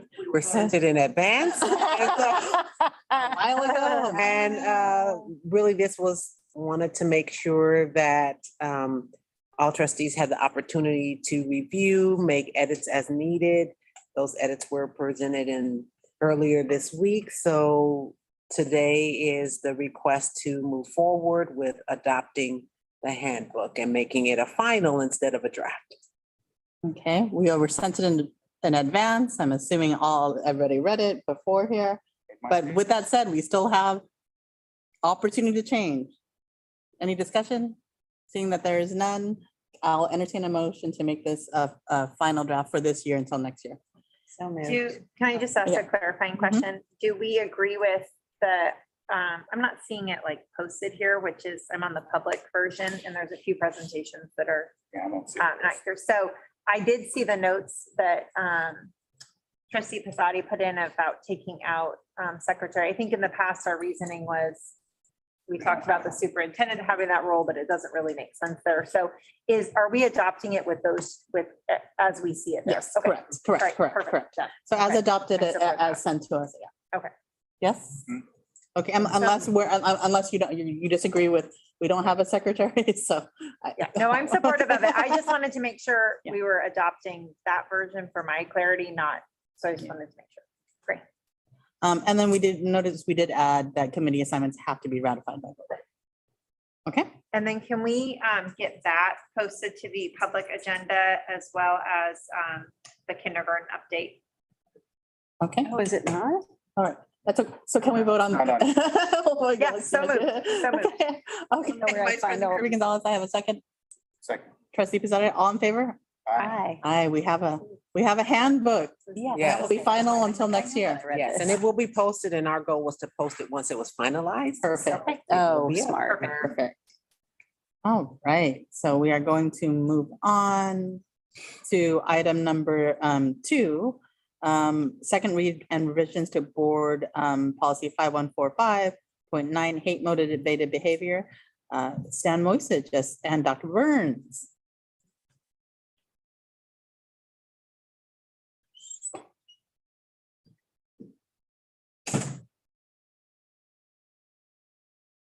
And I don't know if you want to put it up, but we don't like hate motivated behavior. No.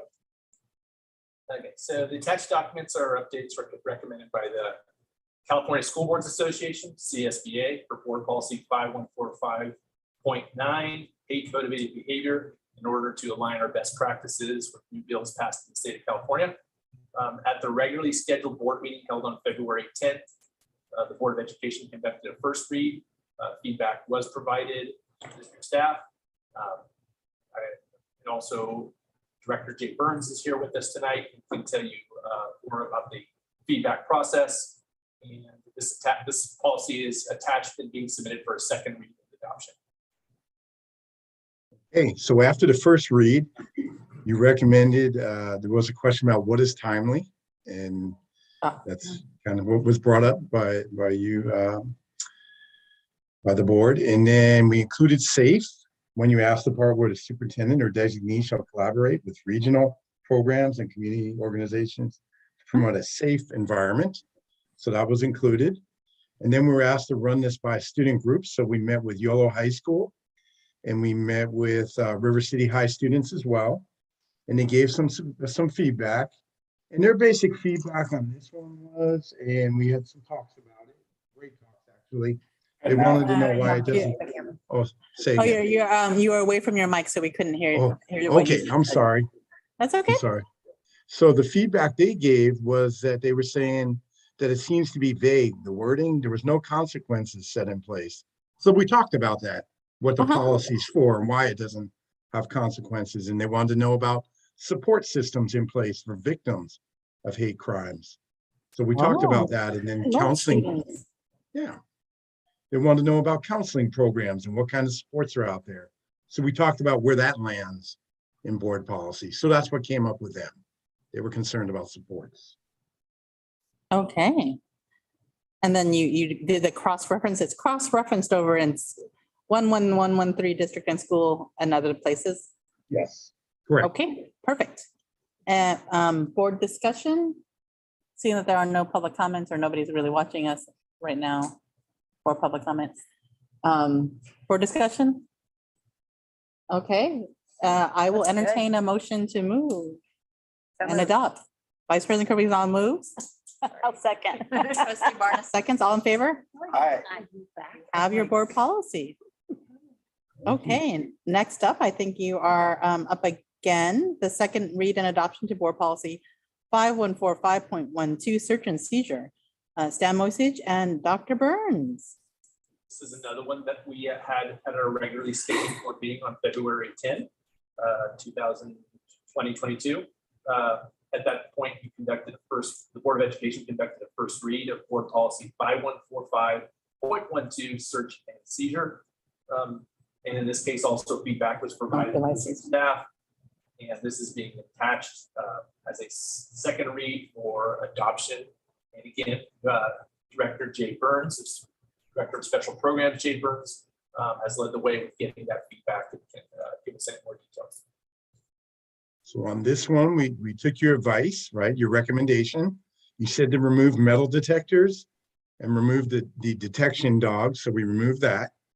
And then we ran it by the same student groups, same meetings. And they, where they really got, this was really good for them when we were talking about civics and this one really hit home for them. At first, they're like, why is this important? So then we had some talks about cell phones and can we search a cell phone? Can we? And then we started talking about that. Then we had talks about what about your car, parked outside of school grounds? Can we search that? So then they really started understanding like, wow, this is important that we get involved in this discussion. So we got some good feedback from them and that came through. And basically they, once again, they want to know about what was vague and what wasn't vague. And it was a good discussion. Did they provide any, what was their incorporation of feedback? I'll give you an example. So it said very vague, plays back into a list of why the search is happening. Does that mean student has to agree to search? So we talked about that, like what you can do in that. And that's why we had the explanation of this is why this is important to you. And this is why we want student input. And this is why you need to get involved. And I want to do a shout out to June Flores, who did an outstanding job. And it was just a really good talk. Here's one thing they suggested. We suggest that we bring low sensitivity metal detectors back for our own safety. I thought that was interesting. What they wrote on here. Okay. All right. Okay. Board discussion? If not, I'll entertain a motion to approve. Nobody? So move. Trustee Pizzotti moves. Do I have a second? I second. Clerk Venegas seconds. All in favor? Aye. You have your board policy. Thank you for that. Can I request that we all reach a resolution? We have a lot of them tonight. Ooh, yay. Can I, well. Would you like to read the first Can I one? read Dolores Huerta? So, approval, sure. Approval of resolution number 2122-26, school library month. Dr. Hildreth? Where is my noise? Ready. Okay. You don't have to just present it, right? So we'll read it. Make sure that we are, with all of our resolutions, that we're recognizing the important areas we want to highlight for next month. So we're going to start with a resolution for school library month. Yeah. Excellent. I could also just adopt an intent of just adopting all these without reading them. No? We can talk about that We can for talk board about- governance in the Okay. future, because I do think All right. that Okay. adds a lot of time. It does. It does. Anybody want to read the school? Okay. Trustee Pizzotti, please read. Resolution number 2122-26, School Library Month. Whereas school libraries provide materials for teachers and students that encourage growth and knowledge, and whereas school libraries provide materials to develop literature or literary culture, aesthetic appreciation, and ethical standards, and whereas school libraries provide materials that reflect the ideas and beliefs of religious, social, political, historical, and ethnic groups and their contributions to the American and world heritage and culture. And whereas school libraries provide books to encourage children to read for pleasure, and whereas school libraries provide materials to meet individual needs, varied interests, abilities, socioeconomic backgrounds, and maturity levels of the students served. And whereas school libraries are a fun place for students to go, and all students deserve a well-managed library to provide for free expression and access to ideas. Therefore, be it resolved that the Washington Unified School District Board hereby recognizes the month of April 2022 as School Library Month and encourages all district school sites to do the same, and passed and adopted by the Washington Unified School District Board of Education on this 10th day of March. There are a couple amendments that I have, so. I'm gonna correct the take a date. moment to amend. All right, I'm just reading it and then we'll have discussion. So, okay. March 22 by the following vote. So a couple amendments, correct date, and then the titles, because we no longer have co-presidents. Right. So with those amendments, if you're in agreement, I will move as suggested as amended. Yes? I will second. Okay, trustee Barnes, seconds. All in favor? Aye. All right, we're moving along. So next is Child Abuse Prevention Month, resolution number 2122-27, Child Abuse Prevention Month. Anybody, any takers on Child Abuse Prevention Month? Sure. Okay, go ahead. Vice President Kirby Gonzalez. Okay, Child Abuse Prevention Month. Whereas child abuse and neglect continue to pose serious threats to our nation's children, and whereas adverse childhood experiences, faces, such as physical, emotional, and sexual child abuse, neglect, and parental stress or illness can have short and long-term outcomes, including a multitude of health and social problems. And effective early intervention and prevention efforts are less costly than trying to fix the adverse effects of child maltreatment, both in human and financial terms. And whereas preventing child abuse and neglect is a community issue, and we all have a responsibility to nurture and protect our children and help ensure they become healthy and productive adults.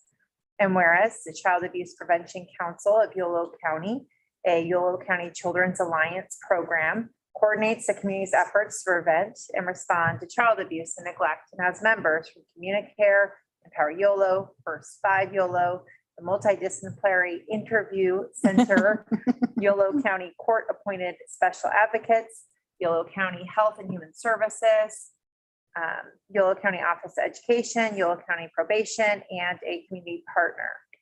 And whereas the Child Abuse Prevention Council of Yolo County, a YCCA program, coordinates the community's efforts to prevent and respond to child abuse and neglect, and has members from CWS, the criminal justice system, prevention and treatment services, and the larger community. And whereas in Yolo County, over 20 agencies and community organizations are collaborating in their efforts to prevent child abuse and neglect through the YCCA Yolo Family Strengthening Network. And whereas providing community-based prevention services can strengthen families and reduce the likelihood of child abuse and neglect.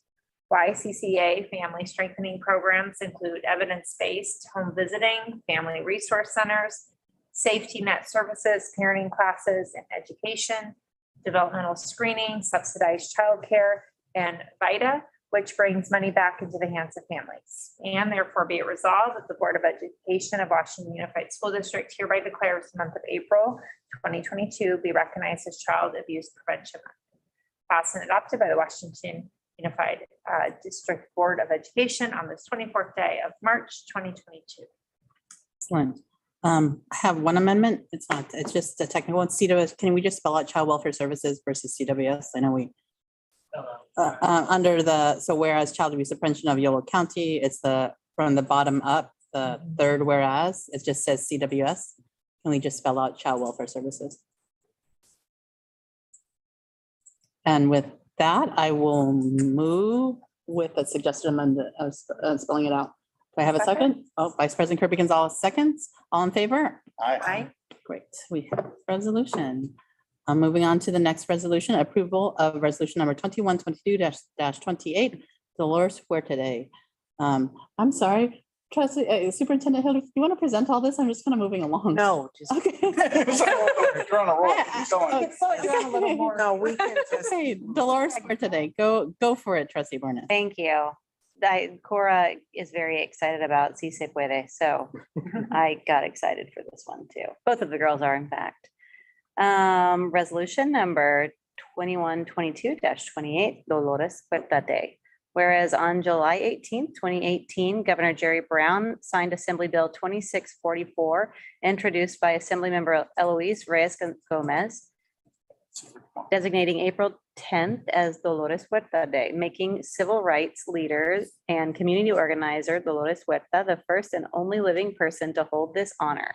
And whereas Assembly Bill 2644 adds section 37222.20 to the Education Code, stating on Dolores Huerta Day, all public schools and educational institutions are encouraged to conduct exercises remembering the life of Dolores Huerta, recognizing her accomplishments and familiarizing pupils with the contributions she made to this state. And whereas Dolores C. Huerta was born on April 10th, 1930 in Dawson, New Mexico, the daughter of Alicia St. John Chavez and John F.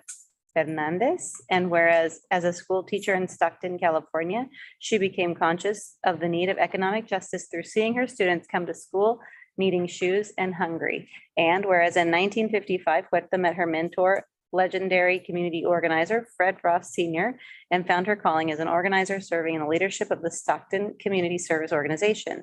She set up voter registration drives, pressed local governments for barrio improvements, and found the Agricultural Workers Association, which became the Agricultural Workers Organizing Committee, and recruited Larry, what'd you say? Itlong. Oh, yeah, good.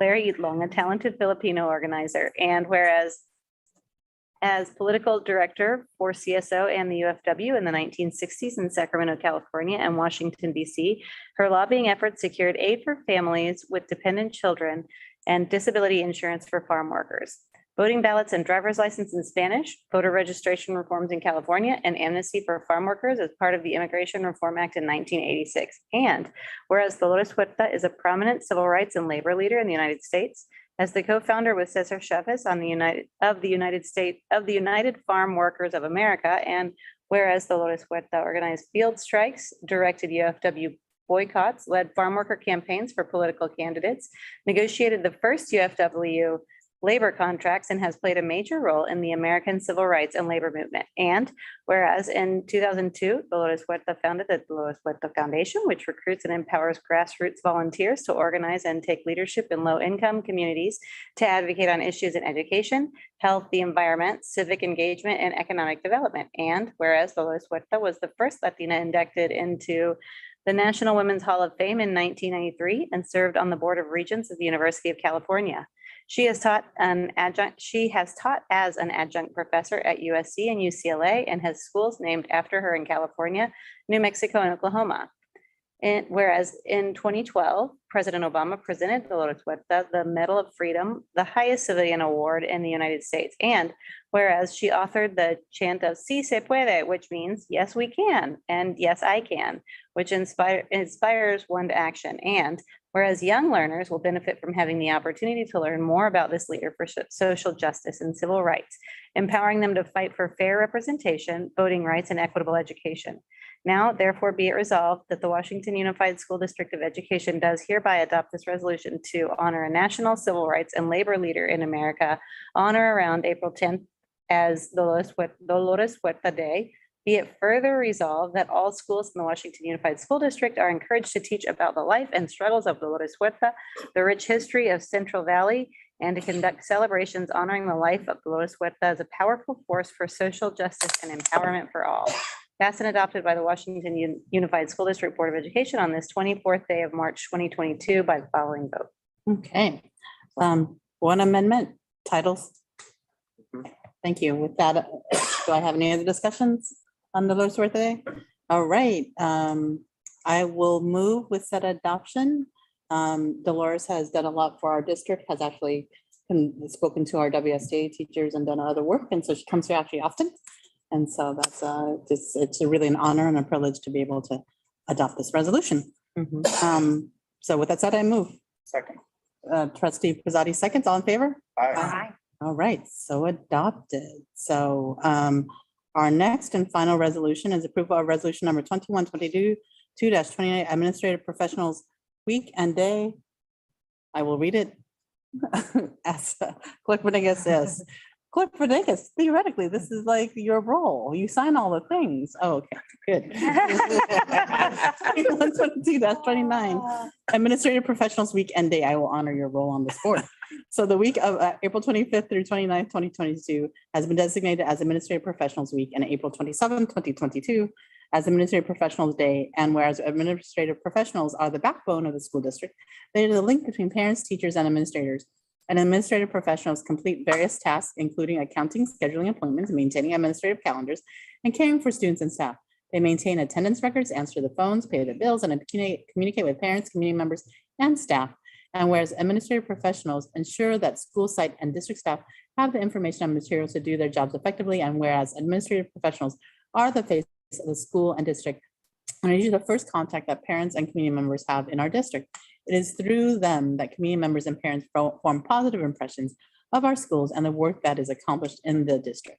And whereas administrative professionals keep pace with advances in computer, phone, and documentation reproduction technology to better perform their duties.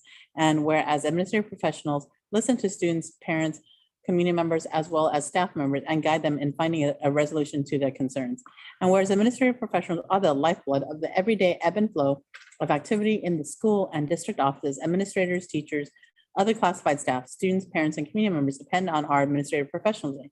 Therefore, be resolved that the Washington Unified School District Board hereby recognize Administrative Professional Week, April 25th to 29th, 2022, and Administrative Professionals Day, April 27th, 2022. Passed and adopted by the Washington Unified School District Board of Education on this 24th day of March 2022 by the following vote. Again, I think this is just a great resolution to actually have this year, considering everything they've been doing. So with that said, I also have the same requested amendment on titles. And so I will move with a requested amendment. Do I have a second? Second. Trustee Barnes seconds. All in favor? Aye. It is adopted. We Right. have some time, but thank you. Yes, so now we're moving on to board and superintendent comments. Superintendent Hildreth. Thank you, President Wong. So good evening, trustees, colleagues, and to the WUSD community. My remarks tonight are brief, but I want to begin by giving a big shout out to each member of our school community, our youngest learners, our high school seniors, adult students, our teachers, classifieds, support staff, administration, and the many families that we serve. March has been yet another month filled with new adaptations and adjustments throughout society and especially in our schools. And each of you continue to handle these transitions with the utmost professionalism, and it makes me very proud to be your superintendent. So I want to thank all for your continued understanding and collaboration on behalf of myself and everyone on my team. We want to share our sincerest appreciation for you. My next update is regarding our strategic plan. We've had a lot of great work that continues to transpire as we work to develop the new WUSD strategic plan. Our team has been intentional with our execution of this process to ensure community-wide engagement to gather valuable feedback from all stakeholders. And so I'm pleased to announce that we are currently in the home stretch of our strategic planning stakeholder meetings. We have a community forum scheduled next week on March 31st, and the following week, the same forum will be available in Spanish on April 4th. So please be on the lookout for more details in the coming days. It's been a long journey thus far, but the conversations we have had and the insight we have received are really priceless. Our partners of Performance Fact will be presenting a detailed report at our next board meeting on our progress and key discoveries from all these conversations. I do want to emphasize that this is a continuation of the current plan. We're just recalibrating our vision and aligning it to reflect our current needs and our current student needs. I am excited to share that tomorrow, March 25th at 9 a.m. is the annual Yolo County Elected Leaders and Officials Forum. The event is hosted each year by Yolo County Office of Education, and it brings together elected officials, city leaders, educators, business leaders, and the wider community to discuss educational opportunities for Yolo County youth. Congressman John Garamendi, Congressman Mike Thompson, and County Superintendent Garth Lewis will speak during the event. Also, each Yolo County School District Superintendent is asked to speak during the event to showcase their district. And so I'm very much looking forward to representing WUSD tomorrow and highlighting the fantastic work that has transpired this past year and what we can expect in the future. If there are those who are unable to watch the event, if you're able to watch the event, the live coverage will begin at 9 a.m. You can also access the event via Zoom, and the participation link is available on their Facebook page and website. And finally, it brings me great joy to end with a special acknowledgement for Women's History Month. During our February 25th meeting, our WSD trustees approved resolution number 2122-24, recognizing March as National Women's History Month and encouraging all our schools to emphasize the significance of the many contributions women in America and world history. So tonight, I highlight women who are representing the first. At the national level, we have a shining example of what women are capable of, as Judge Ketanji Brown Jackson, President Biden's nomination to the Supreme Court, wrapped up a grueling series of Supreme Court confirmation hearings yesterday. Senate leaders are aiming for a decision by mid-April, marking her confirmation as the first Black woman to sit on the highest court in the nation. In her hearings, Judge Brown Jackson highlighted that her parents grew up during a time of segregation where they did not have the same rights as she and her family have today. California State Senator Alex Padilla asked her, what advice would she give to young girls today? She shared her journey from being a public school student to her experience at Harvard, where she had a difficult experience as a freshman because she was entering a world that she was not familiar with. She felt as if she didn't belong at the school, and she was walking across the campus one day, and a Black woman whom she did not know saw her walking on campus and could see that she was feeling down. And she looked at her and she said, persevere. And she did. And look where she is today. So her advice to other young girls is to persevere, even in spaces where you might feel or be told that you don't belong. So I tell all of our young women in WUSD, persevere because you do belong. Also at the state level, we have another example of historic nominations. Just as this week, Judge Patricia Guerrero was confirmed as the first Latina on the California Supreme Court. Judge Guerrero grew up in the agriculturally rooted Imperial Valley and is the daughter of Mexican immigrants.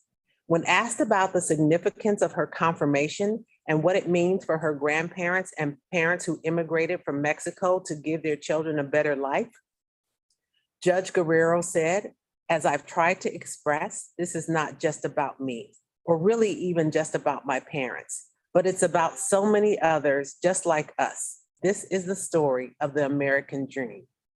These women leaders are truly an inspiration to me, and I have no doubt that they inspire and spark passion in the hearts of countless others in our schools and communities to want to reach their fullest potential.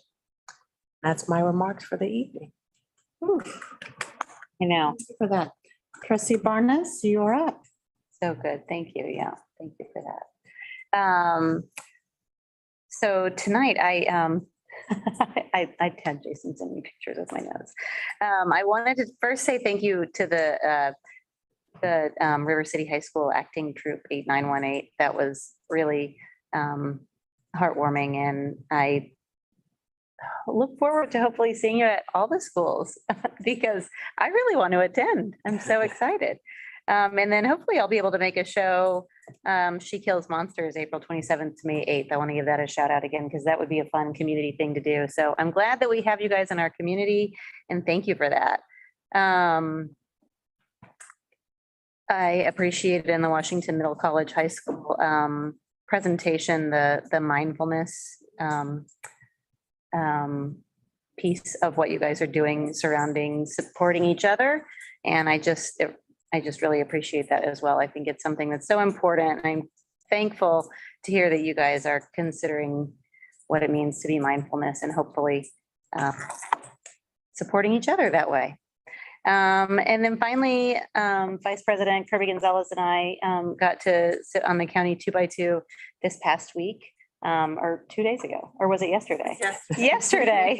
And of course I set my stack of notes on the counter and left them. So I had Jason send me pictures. But but we learned a lot about we talked mostly about mental health services. That has been something that's a pressing issue that we really need to address in our community. And I feel good about the conversation and the way that it went. We had a really beautiful presentation on the mental health services that the county and the district intend to partner together on. And so basically, we did learn a lot about the funding for those services. And I don't have to tell you the whole breakdown because I feel like it's a lot, but there are presentations, just so that you know, throughout, I think April 12th, they're going to talk more about it. They told us at the board meeting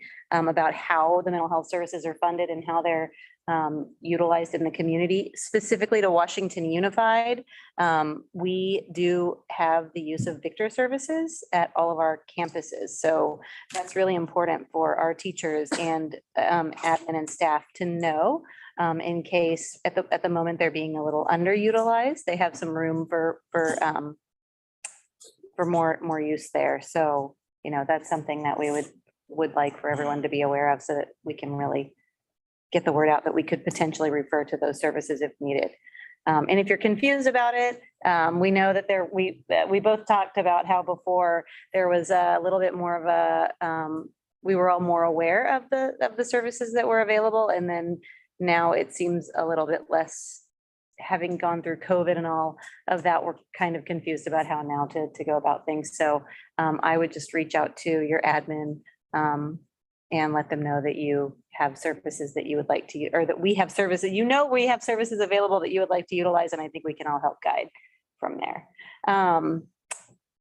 Should we talk about the 250K because the deadline is April 1st? There are grants available it's a $250,000 being divided between the 4 districts equally, the one Woodland, Davis, us, and Esparto.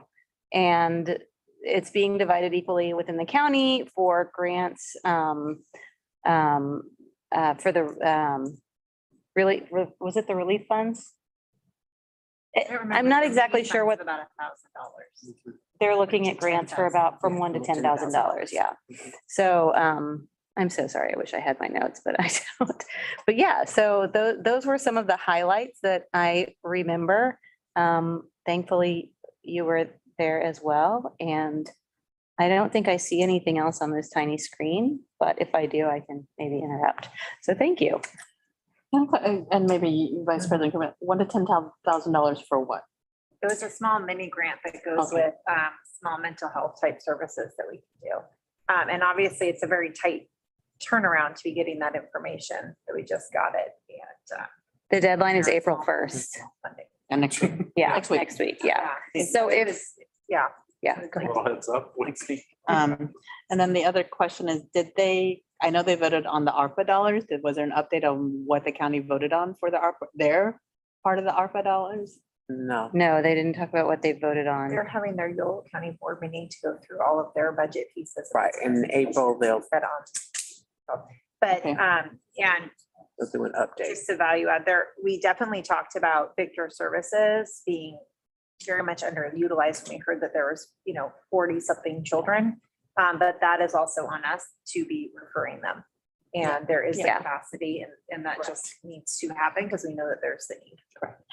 I only ask about the ARPA dollars because It's- I asked Supervisor Vegas to provide us a very clear update Oh, on So- what they were doing for our. I wrote down ARPA April 12th board meeting to talk about where rescue funds are going, types of programs. That's what they're doing April 12th. Because they had already voted on, they had already voted.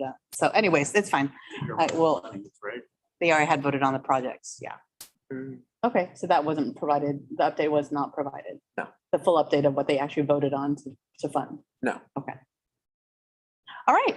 Anything else? Chris? That had I realized, sorry. Yeah, no, that's okay. I was trying not to. I know, I feel bad that I didn't bring this. I was trying not to. I can't. I couldn't. So, but I did ask Supervisor Vegas. So it was going to be taken care of. Or we were going to talk about it. I'm sorry. Were you going to talk about the community, the workshops, engagement groups or no? I also wrote down that they encouraged us to have district in communication about community engagement workshops for mental health. So look for those in the county to be offered if this is something that you're interested in. Like myself. Trustee Pizzotti. Yeah, first I just want to again say thank you to Kylie Lane for all her years of dedication and service to our district. And not only was she an employee, she sent her kids here, you know. They're still here. They're still here, right? They're going to So- graduate. The eighth graders are going to graduate at the end of the year. Right. So again, I just wanted to say thank you. She was a valued member of our team. So appreciate her. Also, thank you to Camp Yampa and RCH Productions for giving us a little update. And I can't wait to actually go see that play. That would be very, very fun. And I hope they will have the opportunity to come and see us live here at a board meeting. It'd just be great to start bringing those sort of presentations back in person. Maybe when we actually get space to do it. But let's see. Off the top of my head, I wanted to quickly comment about something that President Gandara said about opportunities for growth, because that really caught my attention. And one of the things that we need to be doing in this district is building our bench, right? We have to provide, mobility opportunities so we can keep our employees, right? That's a great way to retain, not necessarily recruit, but retain your employees. And if there's an issue that we can do to provide training or any sort of opportunity for our staff to grow, then I think we should be doing that. That is an outstanding way to keep our staff and provide, some upward mobility for them. So that was just something that kind of caught my attention, and I hope that's something we can make sure we maintain professional development. Let's see, there was something else. I don't know. Oh, yes. We're having a facilities meeting on Monday, like Clerk Venegas said. I'm looking forward to hearing about some of the updates on our bond measures, as well as potentially, facilities for TK and K, and how that's going to be, I guess, implemented into our plans, or look at planning for that. So I'm very interested in that, and that's all I have. Okay, Clerk Venegas. Yes, to piggyback on that, I look forward to having a translator there. There's a lot of questions around that topic. Sure. So I look forward to having some answers, some clarity. During this time, I know there's testing with our students, burnout with our staff. Just my message is, because I know I'm getting calls, and I know I'm back and forth and going to different schools, just remain encouraged. At home, families, I encourage to have the conversations around stress, around performance, and just the idea of just doing your best for the students that are going through testing and the pressure of performing and excelling.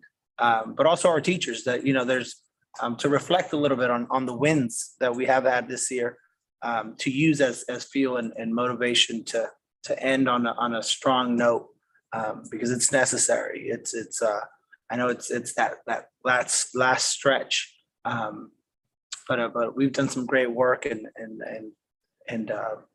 I'm just extremely proud of the work everybody has done, and our students demonstrating that they're capable of exceeding many of the expectations. So just thank you to everybody. Gracias. Okay. Vice Chair Kirby Gonzalez. Okay, thank you. I did want to share how wonderful it is to see our volunteers in classrooms. I got to spend quite a few hours hot gluing leprechaun traps with another parent volunteer at Stonegate, and it was poignant because 2 years ago, my daughter was telling me how excited she was to do leprechaun traps as we walked to the parking lot. And I knew that that night we were going to have our closures. So, and it was pretty heartbreaking. So was just a really beautiful moment to be back. And I'm so happy to see our volunteers in the classrooms. Kids were making smoothies in the gardens and, with the produce from the garden. And it was just really great things were happening. So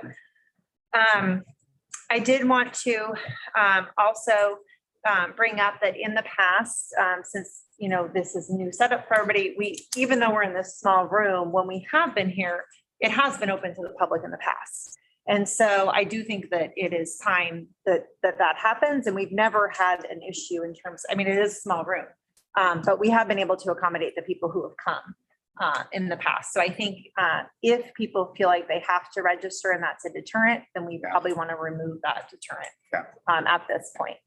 So something for everybody. And then with that, then also would be the point of an organizational chart.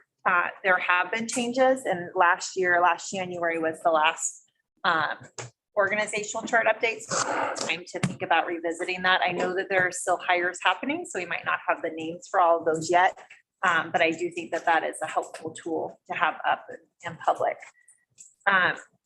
I'm hoping that we can get to a place. We have not been able to celebrate our retirees in a true in-person way for 2 years. And so I'm hoping that we can have a celebration this year to really celebrate our honorees and maybe bring back those folks that want to be celebrated in person so we can cheer and clap. And it would be great if we could get a date for that so that we can make sure that we're available, because it's a really nice thing for trustees to attend as well. And I think that would be, typically it's been done at River City High School with the HR department as well. And so hopefully there's a way that we can come together and to do that, because I know that our staff have missed it. They've told us that they, want to feel acknowledged for their time of service, or also we do years of service, like 5 years of service or more, 20 years. And then one other piece, as we talked about, I know that President Wong has brought this up before. It's exciting that the strategic plan updates are coming to us. If we could also look at where we were with the prior strategic plan in terms of some places that maybe we've fallen short or we've readjusted, just to have that conversation as a bridge for the update, I think would be helpful. And then I did want to acknowledge Dr. Hildreth did just such a beautiful job with Women's History Month. And so I want to acknowledge that we have leaders in this district, Dr. Hildreth and Assistant Superintendent Stovall. You two are incredible leaders here, and I appreciate you. I know we all do. Thank you for choosing Washington Unified and being the face of our district. And I want to give a shout out to my female colleagues specifically as well. To us? To you. I know when I first ran, And to you. doing some baby wearing, somebody said to me, you shouldn't run for school board. You should be a mom. Look how young your daughter is. And I'm glad the voters, didn't agree with that sentiment. But I do know that there are additional challenges. And so I want to just give a shout out, because we are all moms. We're all elected. So, and it's, so well done to you too. Well. Yeah, y'all deserve it. That's all I have to say. Thank you for all of that, and all the hard work. And what a great way to kind of start our board comments. So I just appreciate you. I appreciate you kind of always bringing it back to like, what is our North Star? What is our vision? Where are we headed? What's our why? And so I wanted to acknowledge, what do I have updates on? I might as well just cut this short, but there was the one thing about the ARPA dollars. I had met with Superintendent Garth Lewis, in part because we're presenting on mixed delivery next week. Next week at the California African American Superintendents Association. So there's a panel. But also that's where he had mentioned that the county had already voted on projects for school districts, but they wanted a planning they want to kind of, so YCOE is, has been tasked and provided some money to plan for youth engagement over this next couple of years. So it might be good to probably maybe have Superintendent Garth Lewis come back and present on that. So that's the only reason I asked. I thought that was going to be brought up at the county 2x2. And there is a request on the, a desire to support, with a few dollars in kind or otherwise, this community engagement, across all of Yolo County and the 5 school districts that exist here. So I'll just put that out there. I know we had a really great conversation with United Way Sacramento region about the supports that they can provide in kind. They don't want to be extra and on top of that. So I'm excited about the potential that they may be able to write some of our grants, right? When our staff are doing other things. So providing that opportunity there with President CEO Dante Early. And also, I think that's kind of, and then before I forget, really want to have us consider whether or not we can sponsor or not, just getting out the Cesar Chavez Chicano Latino Youth Leadership Program that's happening in Davis that I know that I forwarded on to Dr. Hildreth. And I think that's it for me.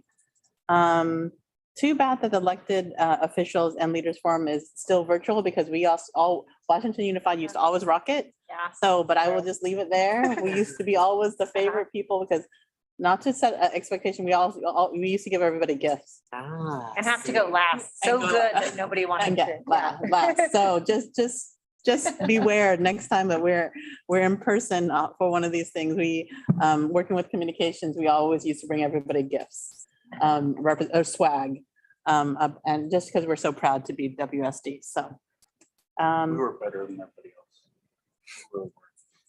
we think so. We think so. We are. Yeah. Trustee Pizzotti. So, okay. Moving on, we are virtually better than everybody. Unintended dad joke. Right. Let's move on to That was really good. board agenda items. Approve of the 2022-2023 regular scheduled board meeting calendar, April 2022, and then the food services partnerships with local farms, TBD. Anything else for future other than what I had just asked Garth Lewis to come back and present on that plan for us more intentionally. It also should be noticed, I will not see you all for a month because I will not be here at the one board meeting that we have in April because I will be with Mickey Mouse. So, in any case, Vice President Kirby Gonzalez will preside over that meeting, but just wanted to kind of publicly let people know that I will be out of pocket. We could all join you. I don't know. And you could, I don't think legally we can actually go meet where that's that question. Without the meeting part. So anything else for future board agenda items for consideration tonight? When are we scheduled for the lighthouse update? I think that's statutorily, when is that? We're looking at, I'm not sure what the statutory is. Yeah. But we're looking at May. Okay, so May, okay. All right, anything Can I else? clarify that is for all of the charter schools? Okay. Anything else for the good of the order? If not, we can adjourn. It's dispensed. It's like we have 12 minutes to